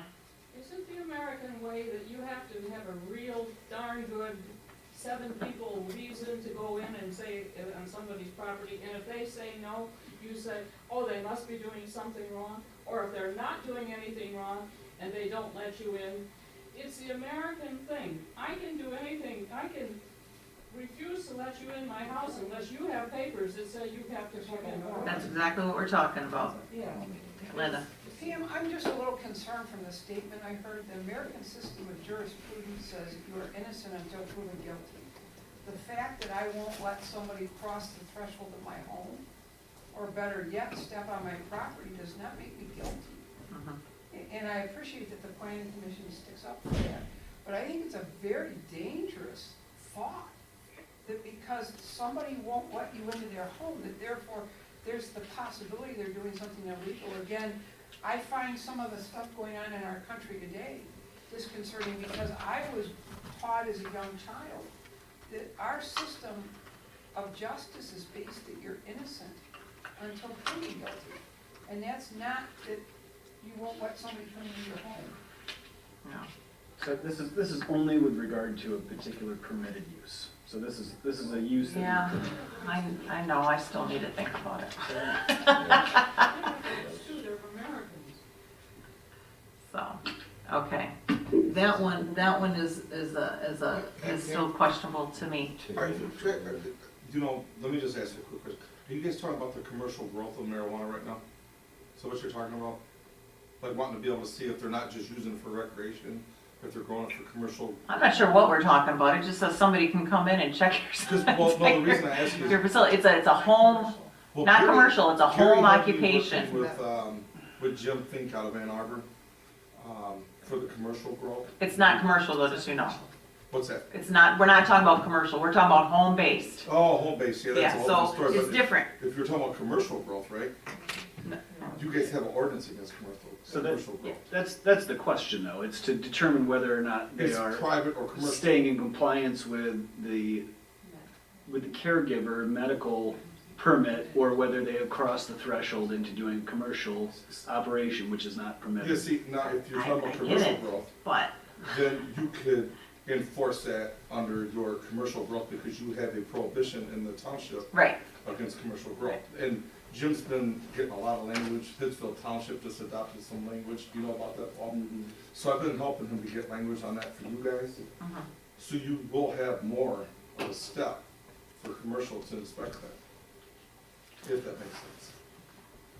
But the private stuff, Okay, I just have one more question on this, and then if nobody else will move on. Bruce, what do you think?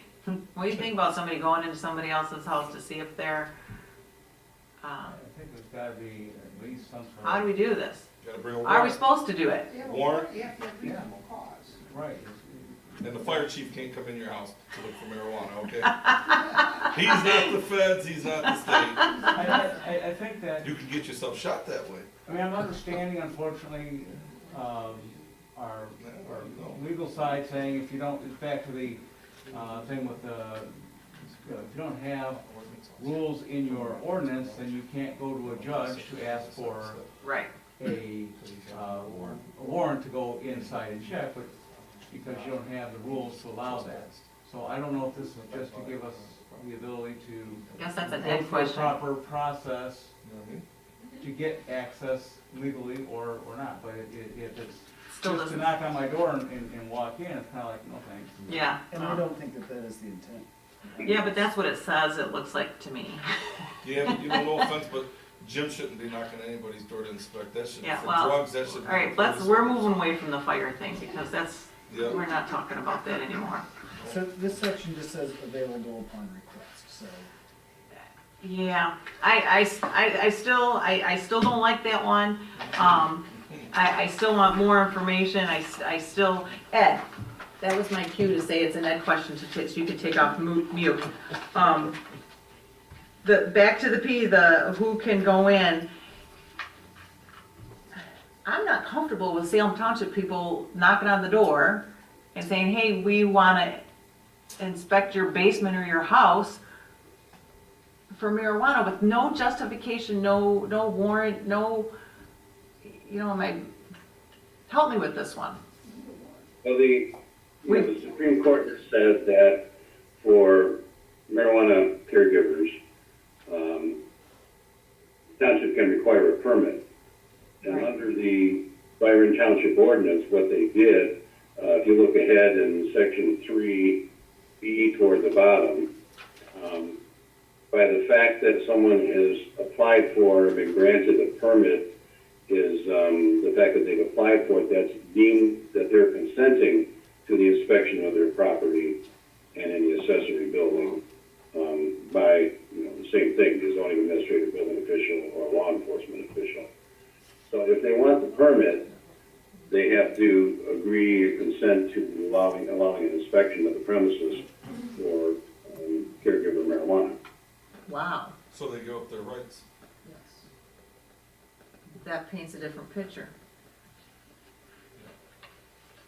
I mean, they do have a choice. They don't want to let anybody in their house, then they don't have to apply for the permit. Well, I guess I think that's the answer we were kind of looking for. We're wondering why people, we have this and, okay. Well, Thank is you. it any different than if you go in, you get a permit to build a garage, and then you have, Spectrum. they're coming out, the building inspector's coming out Yeah.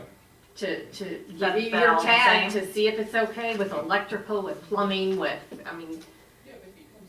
so, Okay. we do Okay.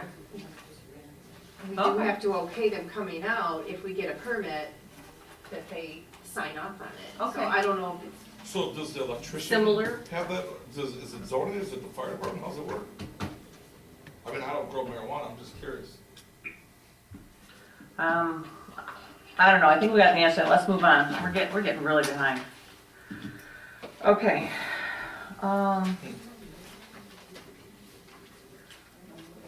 Is everybody good with that? Are there any unanswered questions? You have any unanswered questions? So it sounded like you had 4 major questions and came up with answers to all of them. And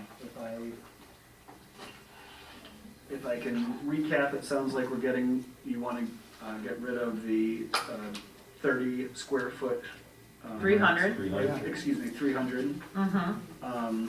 You did agree that there could be some language about reasonable amounts of hazardous material on site. No, we did not. No. Did you want any language about that, or we're just gonna leave that out? No, I don't. I just think that he's got his job, Okay. and I think we've never done this before, I understand his concerns, he wants people to stay safe, but it's just getting all mixed up and, Okay. if he's always had his responsibilities and roles and codes, I mean, now we're mixing everything up there. If he already has them, he has them. Okay. And I wish he was still here, but I'm sure I'll talk to him tomorrow. I'll tell him. The next item had to do with 2 or more, and it sounds like you're okay with the language that's in there. Yes. And then, that was all the issues that I heard, so if you guys don't have any Yeah. other questions or discussion, and you felt like you wanted to move forward on this, you could make a recommendation with the proposed change that we just discussed with removing the 300 square feet. Okay. You want to make a recommendation?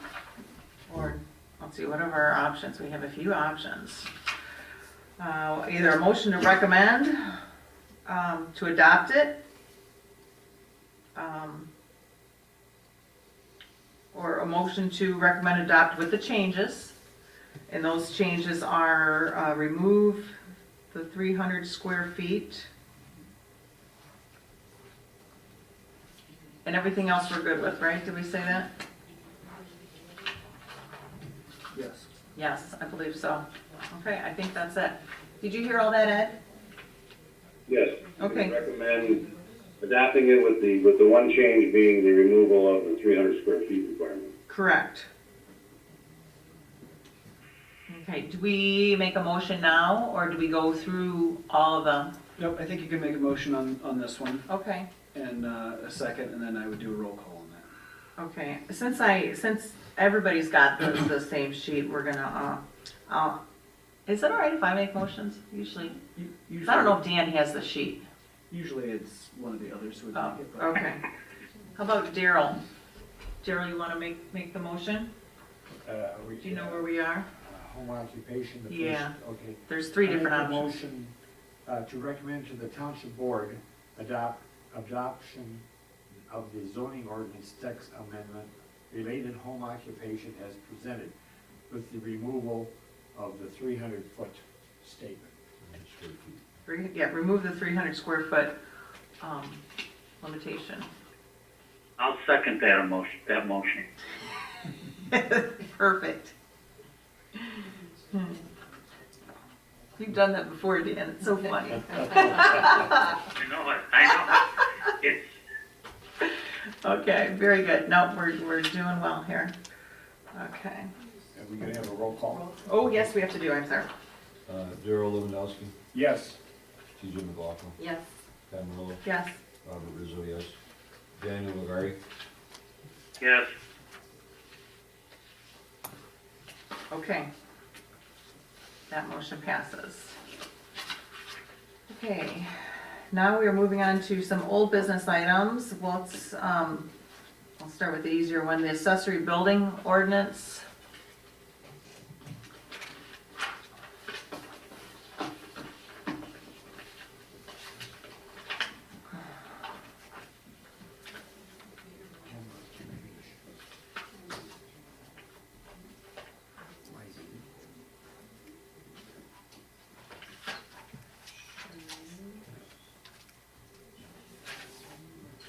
Okay. is he changing that so we could have 3 buildings? We thought the 2 was restricted. 2 is restrictive, yeah. Okay. Should we go through this the same way?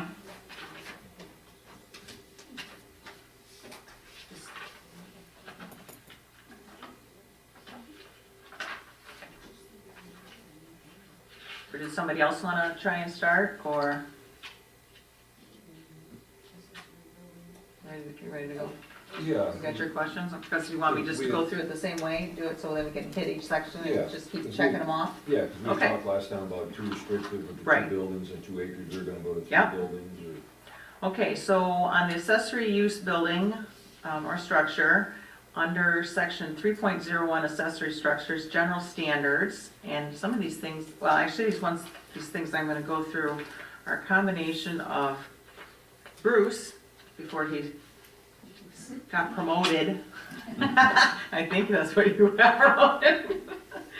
Bruce had an interesting comment about these accessory structures. All right, I'm just gonna say right up front. The accessory structures and the lighting, it gets complicated because we have so many different kinds of areas. One of the things, and I'm just gonna put it out there, do umbrella first, the 10,000 square. You know, it's different living in the estate size 5-acre lots as opposed to the 2-acre lots, which most of our, you know, township is, then the farm, then Salem Farms, you know, or the Jessica J. Lane, which is the lighter, I want to call it rural light, but it's, what is it? Lower density. They've got the 1-acre lots, right? And so one of the, and so when I went through this, I still got maybe a little bit confused because I don't want a gazillion. I don't personally. I know there's 6 of us now, and Bart's not here, but you know, to have a gazillion rules is kind of crazy. We don't like that out here. We don't like that in Salem. We just want to kind of keep some order and have these ordinances as guides, and then try and deal with the issues. One of the things that Paul, when I was talking to Paul, that you know, how to figure this out, he says some communities actually have like a sliding scale, you know, for their accessory building. So, you know, you can have this for 1 acre, this for a 2-acre, or this for 5-acre, you know, that would make sense, because to do a one-size-fits-all, sometimes it doesn't work and it doesn't make sense. So anyhow, keep that in mind, and maybe we'll go through it, at least address some of these issues. I don't know if we'll be able to make a recommendation on this or not, but that's just a thought. So one of the things Bruce brought up is under general standards, he kind of put in as like a number 5 down here. Platted, and Bruce, you might have to speak to these. Platted or developed parcels may be subject to additional standards. So I don't know if you meant to. Just saying that there might be tougher standards than what we're looking at here, if there's already either deed restrictions or whatever, so it's not something we have to worry about, it's just there are other things besides this that might limit the number of buildings. So just because we say you can have 6 buildings, maybe Salem Farm says you can only have 3 buildings. Oh, because of an HOA or something like that. Now that may be true, but if we're gonna say that in this ordinance, then we would also have to state what those additional restrictions are. We don't have any authority over No, deed right, restrictions. that's what I'm saying. But I understand your want to put that language in there for No. you don't want Just it. it was a point. Okay, gotcha. Yeah, because we can't put that language in here No, unless we. point. Okay. Other than in the future, as we add these new developments on, we should maybe make sure that they have those things in place, so we don't have to be the guys screwing this up. That makes sense. And we can ask them to do it, but we can't force them to do Okay. it. We're gonna force it. So. Okay, and Paul, I sent you Bruce's, he put in some details of some of the wording, just finalizing, and some of them, I think you looked at, but yeah, that was, because this is just a draft, it may have been left out, but, like under 6, additional standards, Bruce suggested that it include all of this criteria. It's just the wording that says exception if. I was asking if that was what we're supposed to do, was it all or just any one of those 3 things? I think it was like 3 things. Or they, all 3 of those have to be met. I think the intent was that all 3, and I think you Okay. said add addition of the word, what did you say, any? All of? Each? Each? Each of. Each, I think that There's is. a legal way to say that. Yeah. Okay, on this, under general standards, accessory structures, 3.01. Okay.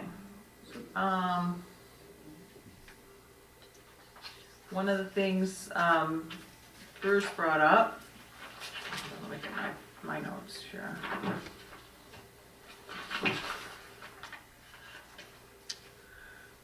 Cargo containers, under 6, C, number 1, Bruce was suggesting 5 acres, see where it says cargo containers used as detached accessory structures shall be located on a lot less than 2 acres in size. Not less than. Shall not less than 2 acres in size.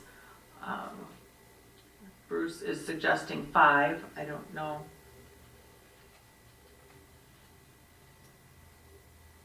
What's that look for? I, 5, that's a lot. Restrictive? Restrictive? There is a restriction that they do have to screen them, so, and they have to meet the setback requirements, so. Okay, You can Okay. screen, on 2 acres, you should be able to screen it. okay.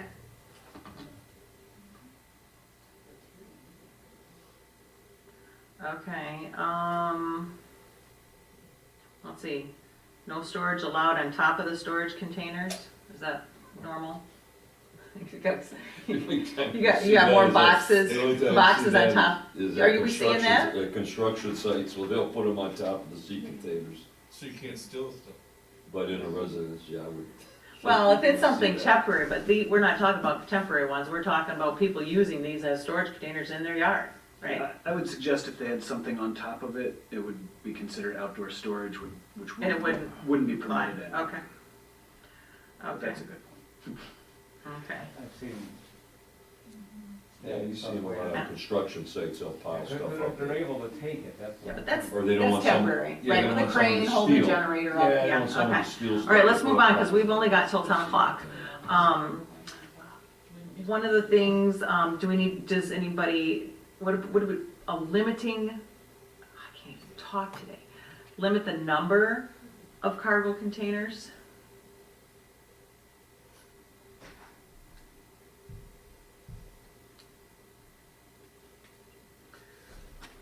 So if you have 2 acres, you get 1, if you have 5, you get 2.5, I don't know. I guess it That's something. depends on the property and the neighbors and how the property sits and, you know, I don't. Was that addressed in here, Paul, that we Well, didn't see? I mean, so I think what we're saying is they could use these as cargo containers, so then when you get down to B, B4 and B5, that starts to get into the discussion of how many. So I guess it depends on how you guys feel about the total number, so if you're not restricting the number at all for any accessory structure, then maybe you do want to Oh, go back here and okay. restrict the. It's considered, I got it. Well, I mean, it is kind of, but I mean, if you don't put a limit on the number of accessory structures in general, but you do think that it's appropriate to put a restriction on the number of cargo containers, then you may want to go back and revisit that question. What do you think, Dan? Okay. What did you think? Do you want to limit cargo containers? Wouldn't it be limited by the, That's what you just said, is the total number of accessory structures? I'm talking into a muted mic. not helpful. No. I just am a little bit concerned about the number of auxiliary buildings. I don't know much about the cargo containers. Well, they're saying that it would just be considered an accessory structure. If you want a detached garage, a gazebo, and a cargo container, I guess if it meets all the other criteria, you're okay. Would you want it over the house, size of your house? Well, I Over think the roof? it is, If you- there's already some No more standards. than 2, right?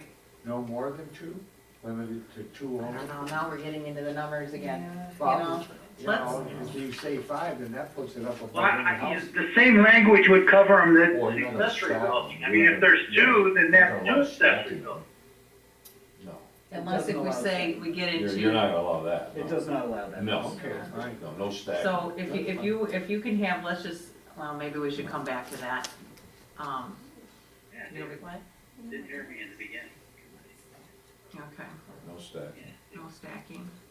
Cargo containers shall be maintained on the exterior and be kept in a safe and operable condition. Is that part of the property maintenance thing, you think, or? Okay. No semi-tractor trailers. Bury the wheels and there it sits.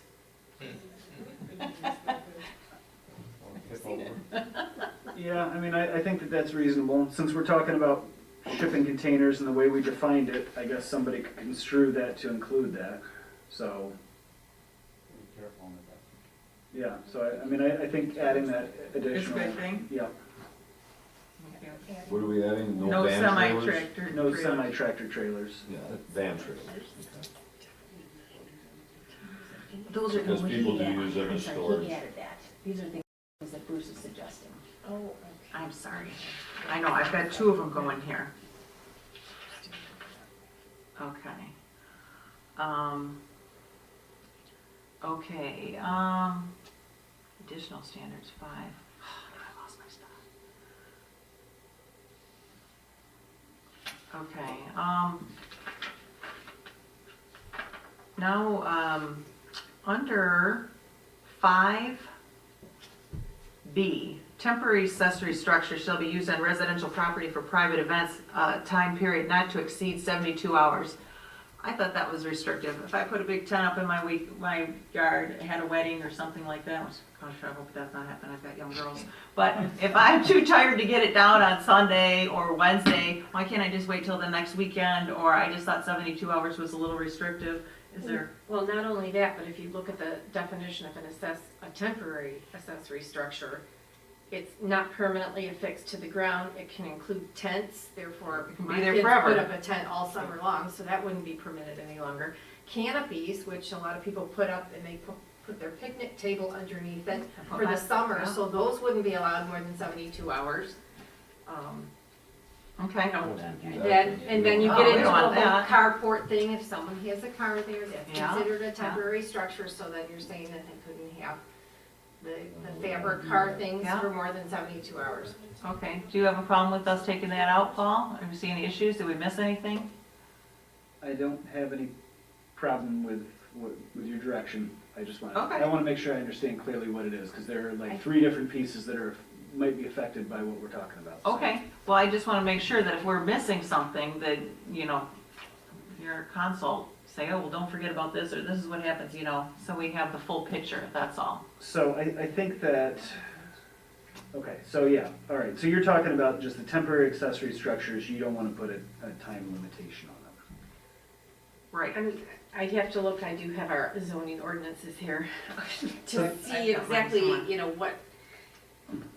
what have we said in the past about temporary accessory structures. So I certainly don't, I understand your point about somebody putting up an awning over their picnic table, kids putting a tent up.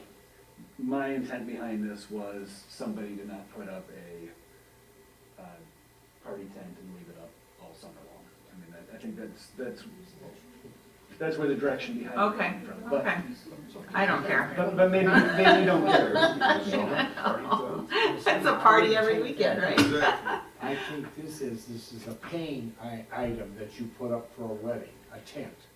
A top, you're paying by the Yeah. day.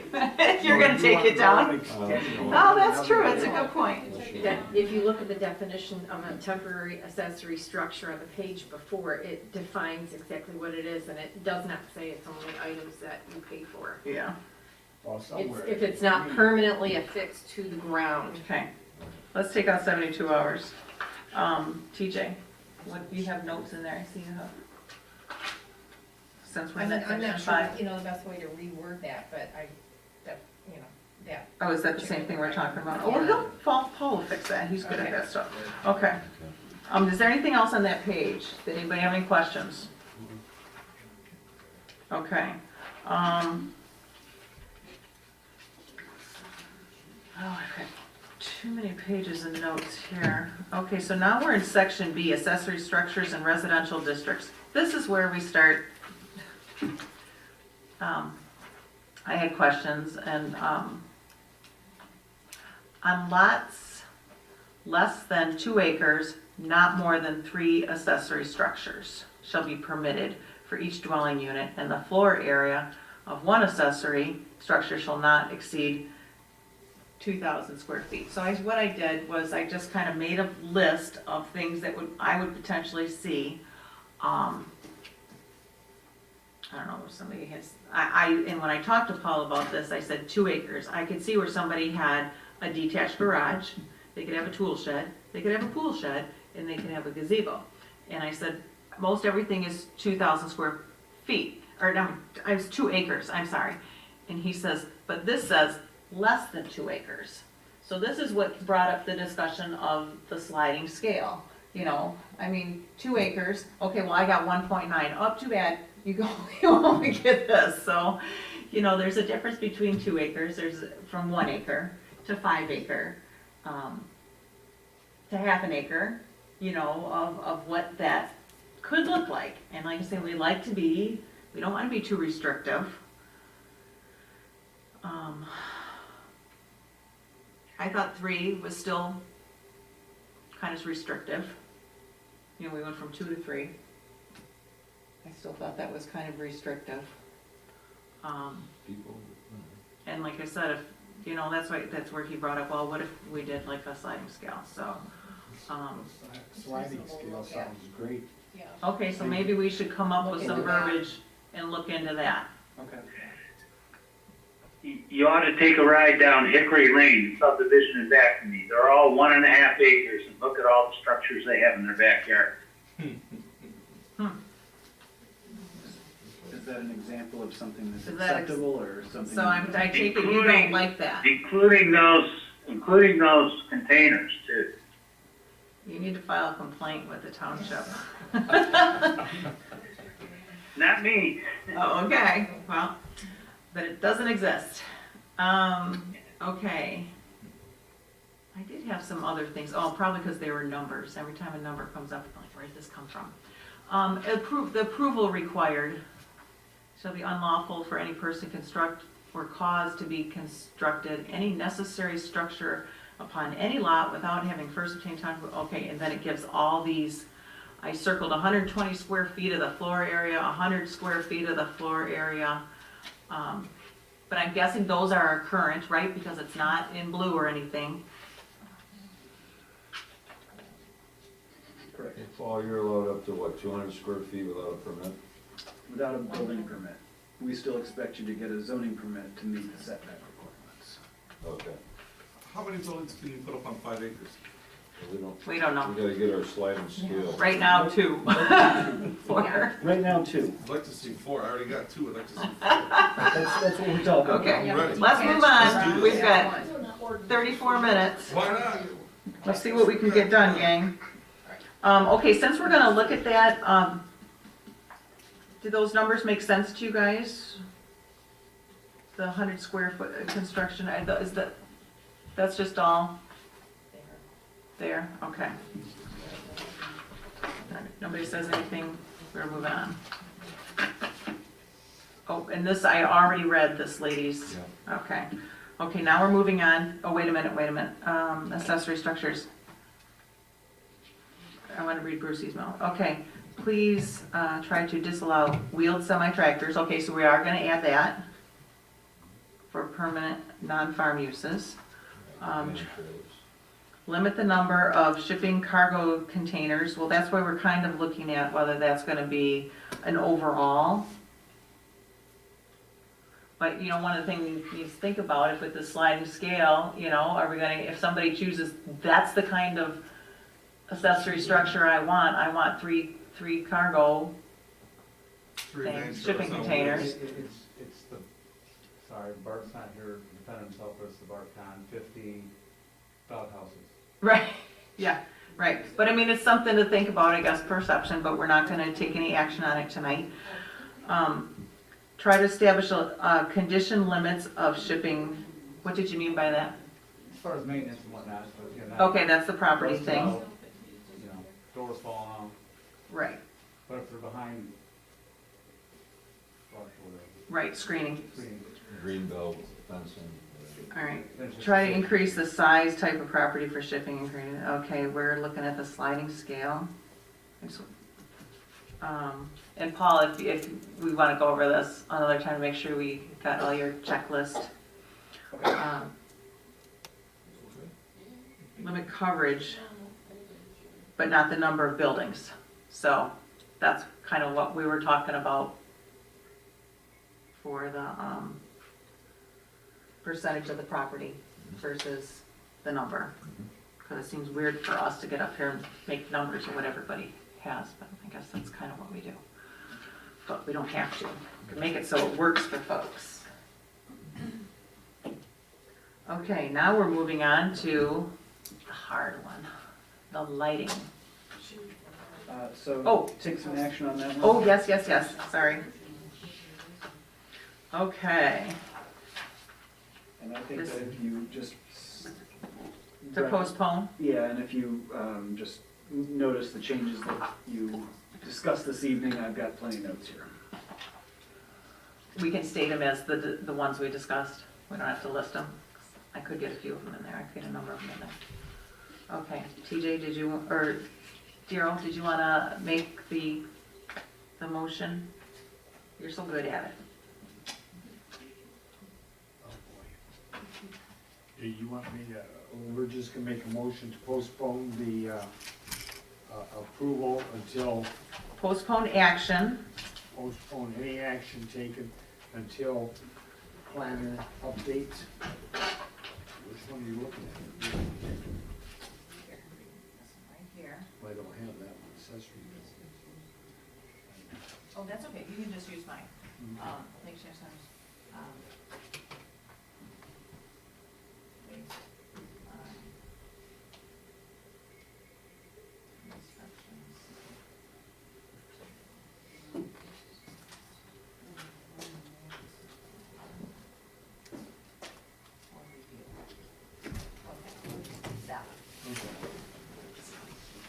I make a motion to postpone action on the zoning ordinance text amendment related accessory buildings and direct staff to make the changes discussed at tonight's meeting based on instructions to the planner from, for review. little messy, but Huh? I was a little messy on that, Oh. but it's okay. Okay, so we need a roll call vote, please. You need a second. Daryl, Oops, what? Second. Somebody's got. Oh, we need a second. I'll second. Okay, TJ second. Okay. Daryl, TJ second. Okay, go ahead, I'm sorry. Daryl Yes. Lewandowski, Yes, TJ McLaughlin. Yes. Tom Merle, Yes. Robert Rizzo, yes.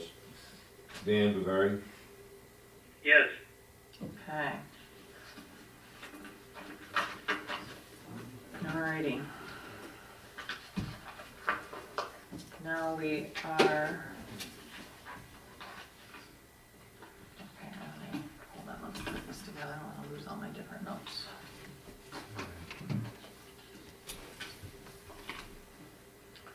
Okay, lighting, exterior lighting.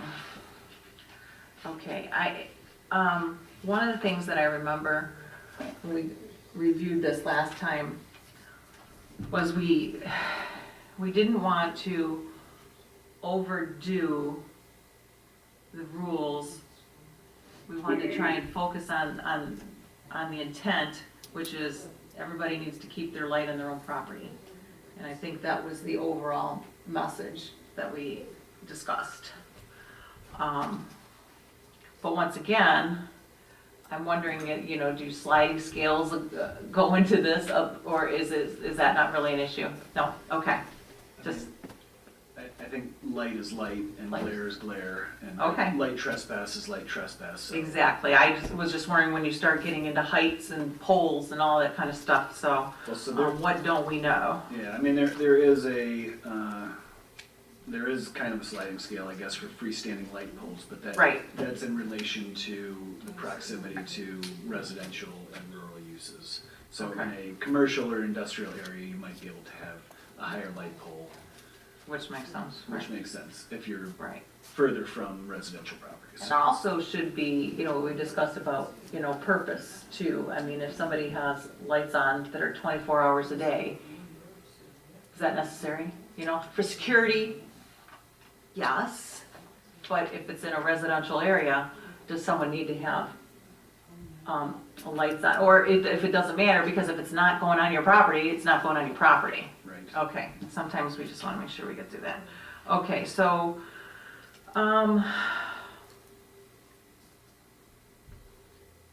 That provision is already there in prohibited lighting, number 7D. Exterior illumination of buildings, parking lots, and signs beyond the minimum necessary for security purposes during nighttime hours when the premises are closed or unoccupied. 7D. Just a quick question, Paul. Yes, sir. So, light illumination cannot go on your neighbor's property from your lights. Just plain, dry and simple, right?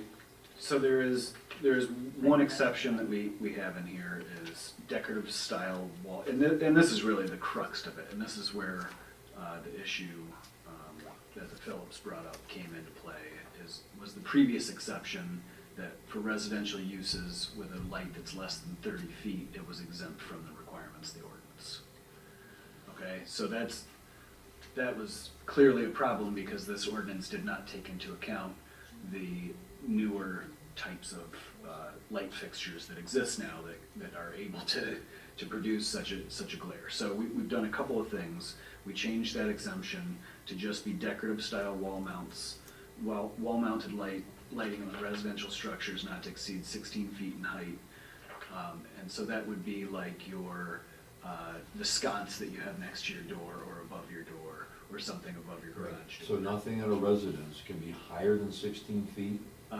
If it is higher than 16 feet, it has to comply with these rules. If it's less than 16 feet, then you could do something like, you walk down the lighting aisle at any Home Depot or Lowe's, and you see dozens of examples of these bare bulb type kind of decorative style lights. We're never gonna get rid of those. Okay, so that's why that exemption is. So what can you have that's taller than 16 feet? If it's taller than 16 feet, then it has to comply with the fully down directed, It'd be a downlight. down light with a recessed bulb. Don't we use the dark sky lighting language anymore? Well, not in particular, but these rules do attain that. Okay. Okay. Can I say something? Not right now, just, Thank you. well, let's go through our stuff first, and because we may answer your questions. I know you've been waiting a long time. Okay. Go ahead, TJ. You're not, okay. I don't have a whole lot, on this. On the third page, which would be general provisions, B, general provisions.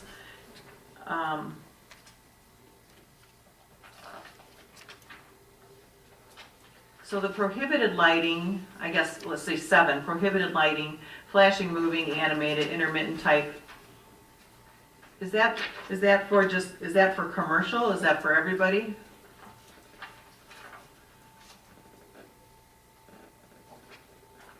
That would be for everybody. Including commercial? Correct. Okay.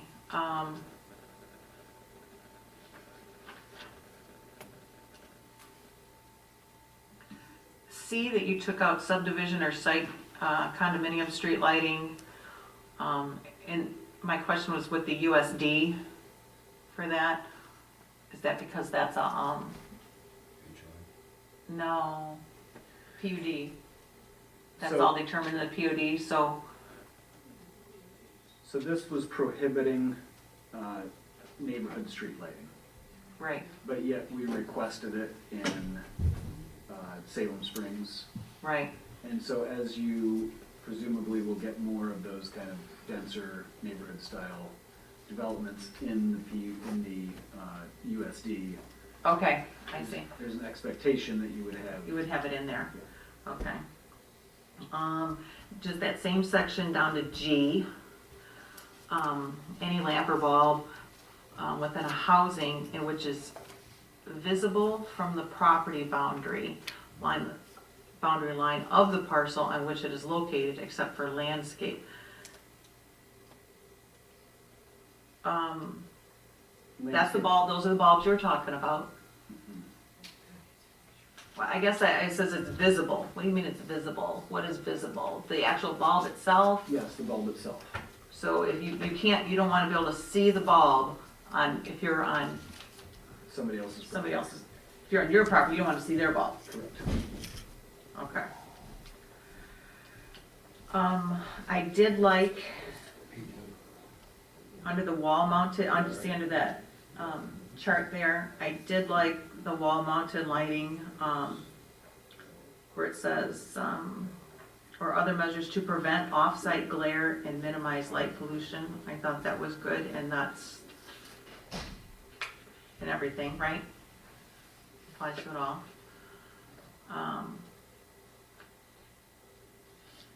In the lighting plans, it looks like, I already brought this up to Paul, he said it was just a typo. Under the lighting plans, the very last section, lighting plans shall be coordinated with, it says something and it says and. And that was just, looks like they're, like this sentence wasn't finished, he said just take off the and make that a period after intended light distribution period.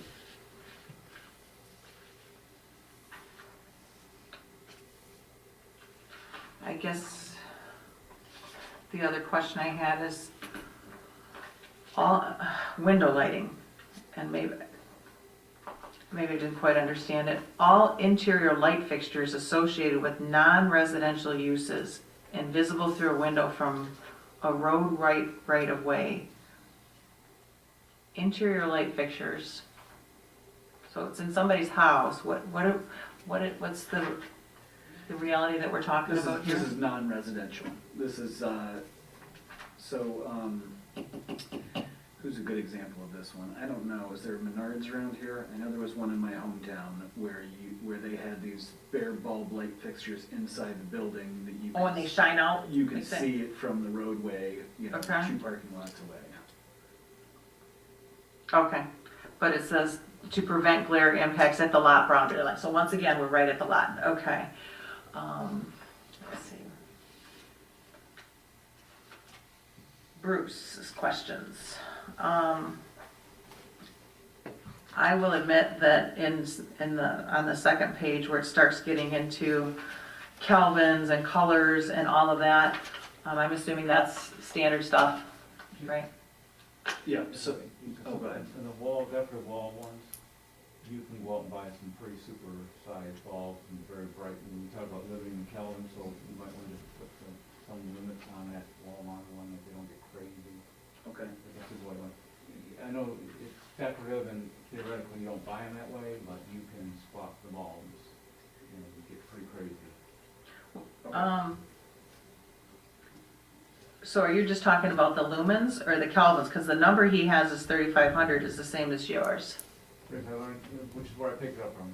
It's the same one we talked about, 3,500 kelvins, it's the color. Okay, And then the lumens is just like, and I just threw 1,600 out there, whatever is an appropriate number. standard? And just, you don't want a 5,000 Kelvin or a lumens light that still screws into a standard socket. I've seen. Especially like in the USD or something like that.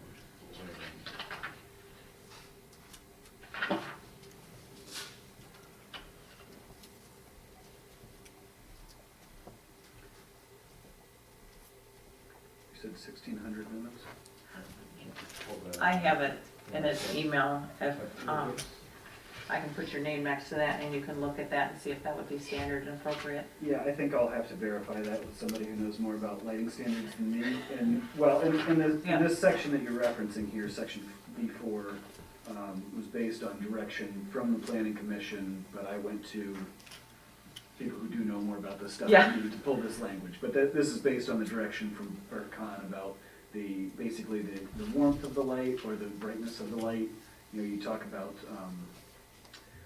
the glare really comes from, there's sometimes you're driving down the highway and you get those headlights behind you that are like that really bright blue kind of glaring light versus a warmer light. And so that's what these restrictions are about. Okay.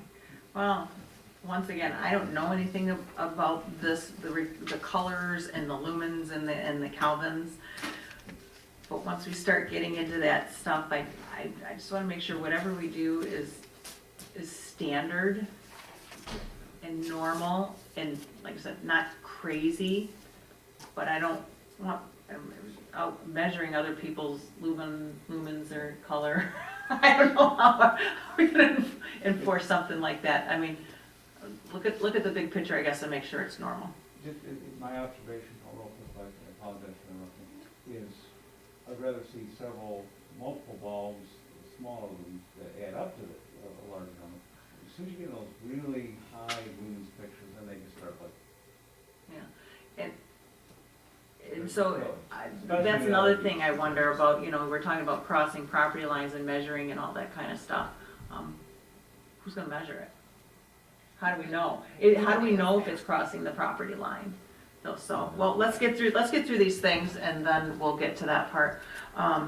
Okay, so, let's see, Bruce, you have under scope 7. Did we talk about that at all? 7. Prior installation should not be exempt if creating an unsafe glare or nuisance. So existing, that's, They're in violation of our current. So typically with a zoning ordinance, it's not a police power ordinance, so it's not retroactive. So the things that are already in existence before a change is made to a zoning ordinance are considered legal nonconformities. If they upgrade Okay. them or update them, then they would have to come into compliance. Okay. But the intent behind this statement is that if there's something out there that's egregiously affrontive glare, then we could deal with it. through our enforcement arm. Okay, I mean, we do some enforcement. we do. Yeah. All right, I'll just get these notes down here. Okay. Does that make sense to you? You're okay with it? Okay. So exactly what was happening. Okay. Because you're not allowed to go until all this is cleared up, right? Okay. Bruce says, in observation, some newer lights exceed the lumens per luminaire of immediate past technology and current ordinance limits and are nuisance and can be dangerously distracting. Why don't you explain that? Again, the lights when you're driving down the road, and it just draws your eyes to it, and because of the light, the individual light itself is just, Are we talking about the store? yeah, for example, when it was way up there, but some of those, they have such huge single lights out there that, could be, are very distracting. I'm seeing them starting to get larger and larger here, but I know in our current ordinance, it says like a 400 watt halide light, well, that's going to produce so many lumens, or theoretically so many lumens. You can probably get 10 times that, or at least 5 or 6 times that now on LED in a single fixture. You break it up into multiple fixtures, just that one thing is just. Which section was that, I'm sorry? What was the reference? Was that? It's just a general, more or less a general note. Oh, I see. When you're reviewing and looking at some of the stuff, it's just sometimes a few more fixtures in a single, where each luminaire is not, there's a 50,000 lumens on a single luminaire. Okay, I understand. I mean, I may be exaggerating a bit, but I'd rather see 2 luminaires as opposed to one huge one. Spread out a little bit, but on 2 lamps. Your examples are very good, perfect. So I guess it's just like in once again, I'll get back into the intent. The intent is right. That word Ed said. The availability of lights now are expanding quite a bit. Okay. Okay.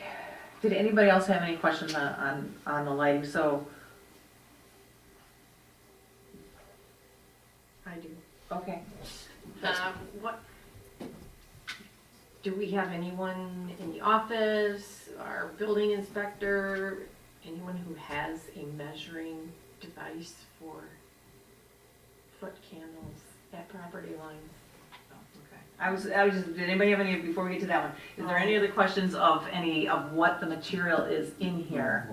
We're good with that? Okay, so yeah, go ahead, now we're on, that's what, how do we measure some of these things where, our enforcer is gonna run out there with a gun, one of these special light guns? Just drive out there at night. There is a special light gun, Okay, and I don't have one. I think there are people in my office who have them. I know other communities that have purchased them after enacting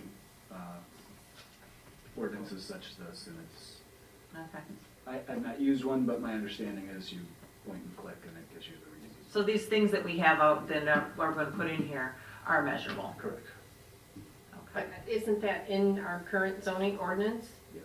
Okay. Do you have to do the measuring at night, Paul? I don't think so, but I don't Did you know. do that? I'm not an expert in that. I don't know. I I know figured that you'd have they, to see where the light was, spreading out to. I know that they're able to measure, like, I've dealt with like sign ordinances for the new LED billboards, and I know they're able to measure those during the day because they have different required readings for daytime and nighttime lighting, so Right. I'm assuming. I get it. Okay, I was just curious. all right. Oh my gosh, did we finish? Okay. Oh, you guys had a question. You made reference to the store. Are you referring to the party store? Yeah. Okay, so just to give you all a reference, I remember that light and it was out of control, Yeah. very loud. We have 6 of them. So you can kind of visualize what that would be times 6. Okay. And everything I've heard tonight has been very good. I mean, the ordinance touches on all the issues of light intrusion and so forth, and it's very clear. However, this is the problem, because we made our complaint through Paul. And the issue is, I read from this section 60.03, just underneath it, it has this exemption, lighting for farms, greenhouses, private riding stables, and single and 2-family duplex dwellings not exceeding 30 feet in height shall be otherwise exempt from the requirements in this section. And forgive me, Paul, I didn't bring your letter that you wrote to us, but that's essentially what you said. His light is Oh, that's being in conformance, and because It's being taken out. I'm sorry to interrupt you. that whole section's being That taken section's out? being taken. Thank you. Those That's- exemptions for farms and such is being taken out. It's gonna say decorative style wall-mounted lighting on a residential structure, not exceeding We're talking about the same 16 thing? feet in height. So that one section about lighting for farms, greenhouses, private riding stables, single-family, well, we've crossed that out. If I remember correctly, the issue was that their light was less than 30 feet. Right, it's around whatever it is, 25, 30 feet. Right. So But this that exemption exempted them from the requirements of the ordinance because it was less than 30 feet. So that doesn't make sense. So because it's less than 25 feet, you can abuse the rest of the issues of. That's why we're working on changing that. Right. No, I just wanted to point that out to everybody so everybody knew. We did get a response from Paul, but essentially they're exempt.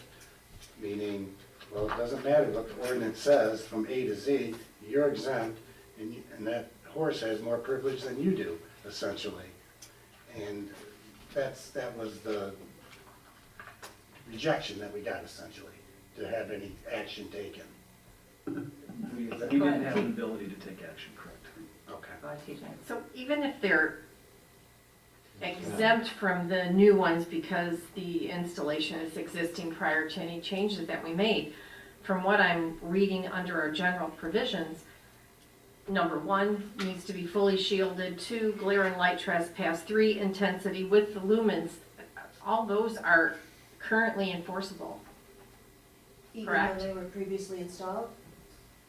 Those are currently in our zoning ordinance. They are not changes we're making. Okay, So gotcha. those are things that are already existing. So I would think that we can, we can currently enforce shielding and lumen limits. It has the maximum foot candles at property lines.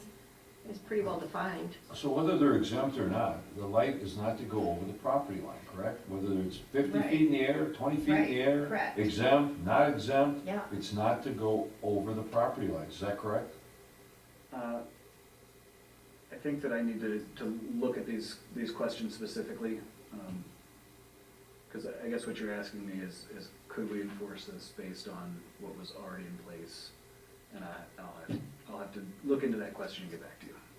Or is the problem that it previously said lighting for farms and such was exempt, so that means that It was my they can underst- do glare, they can Yes, do, it was my understanding that they were exempt based on that, but I would like to consider So- that question before I answer it on record. Yeah. That's okay. okay. I still, and this is just more of a question, I guess I still don't understand if they're having an issue where it's glare and into their house. I mean, even though we don't have our ordinance, or even let's say that was exempt, but we still had the arm of it being intrusive or rude, it still goes to the enforcement, so if a complaint is made, it still goes to the enforcement, person. Would they be able to, I mean, is it able to work it out? Could they do some measurements to say, okay, like, I'm just gonna play devil's advocate. You're saying it's a 1,000 lumens or whatever, and Gary runs out there with his gun and says, no, it's only 500. You know, is there, how are, it's just like, how are these issues resolved? How are they supposed to be resolved? Or if it is or he says, I think it's 1,000, he goes over there and it's 2,000, you know, then how is that supposed to work in communities? If we can't enforce it, does he go to court? Yes. I mean, if it's something that's not dealt with in our zoning ordinance, Then he goes to court. then yes. Then that would be a civil matter between neighbors. Civil matter, okay.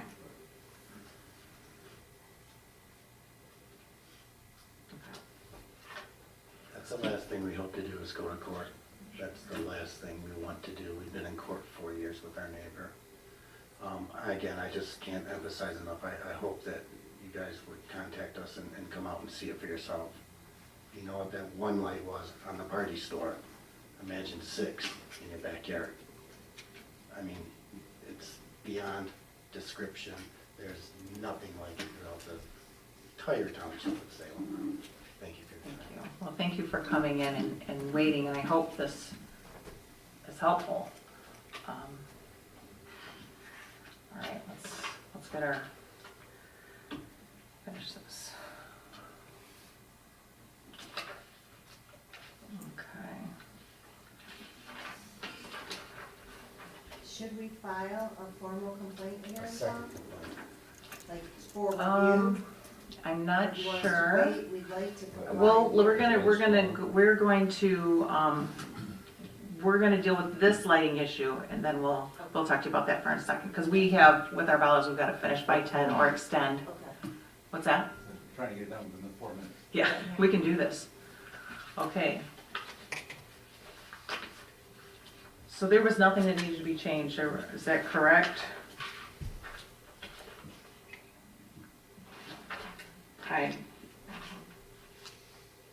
Okay, I don't have anything, any notes of the lighting that needs to be changed. You? No. Okay, so lighting ordinance, do you wanna do one if you're good? What's this one? Motion to recommend to the Township Board adoption of the zoning ordinance text amendments related to the lighting ordinance as presented. Second. Okay, thank you.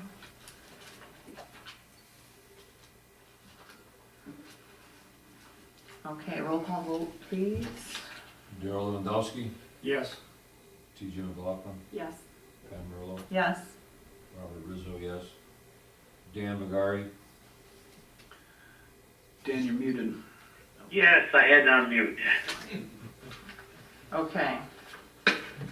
Alrighty, let's, okay, reports of commissioners and correspondence, Board of Trustee. The last meeting, we approved the community wastewater system zoning ordinance amendment and the text amendments. Okay. And you received a new treasurer, I believe. And, and we got a new treasurer as Dale stepped down, so.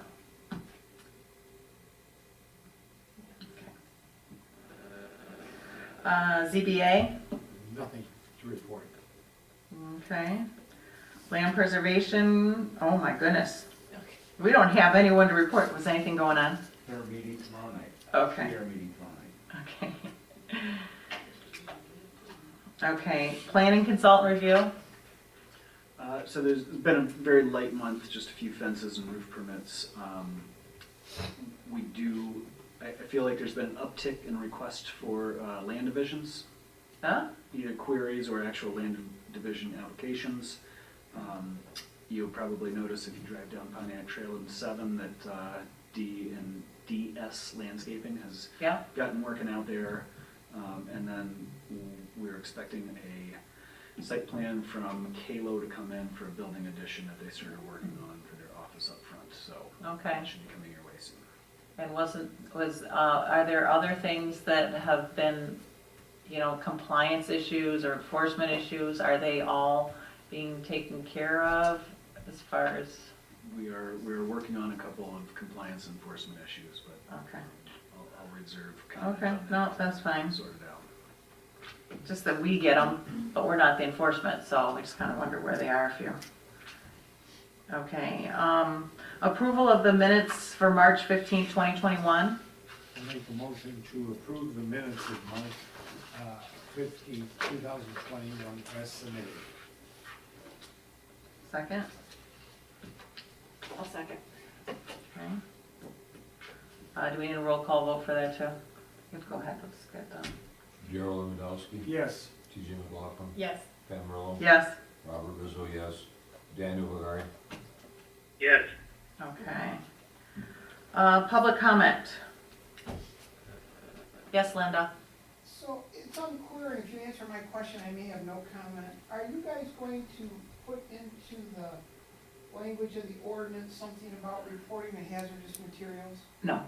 Okay, then I have no question, thank you. No comment. Okay. Chairperson comment, none. Adjournment, 9:59. Oh, okay. We're gonna drive around, look at lights now, you guys wanna go? That's right, field trip, planning commission field trip. Maybe driving over there. I have heard a lot I about can't those drive lights over. up there.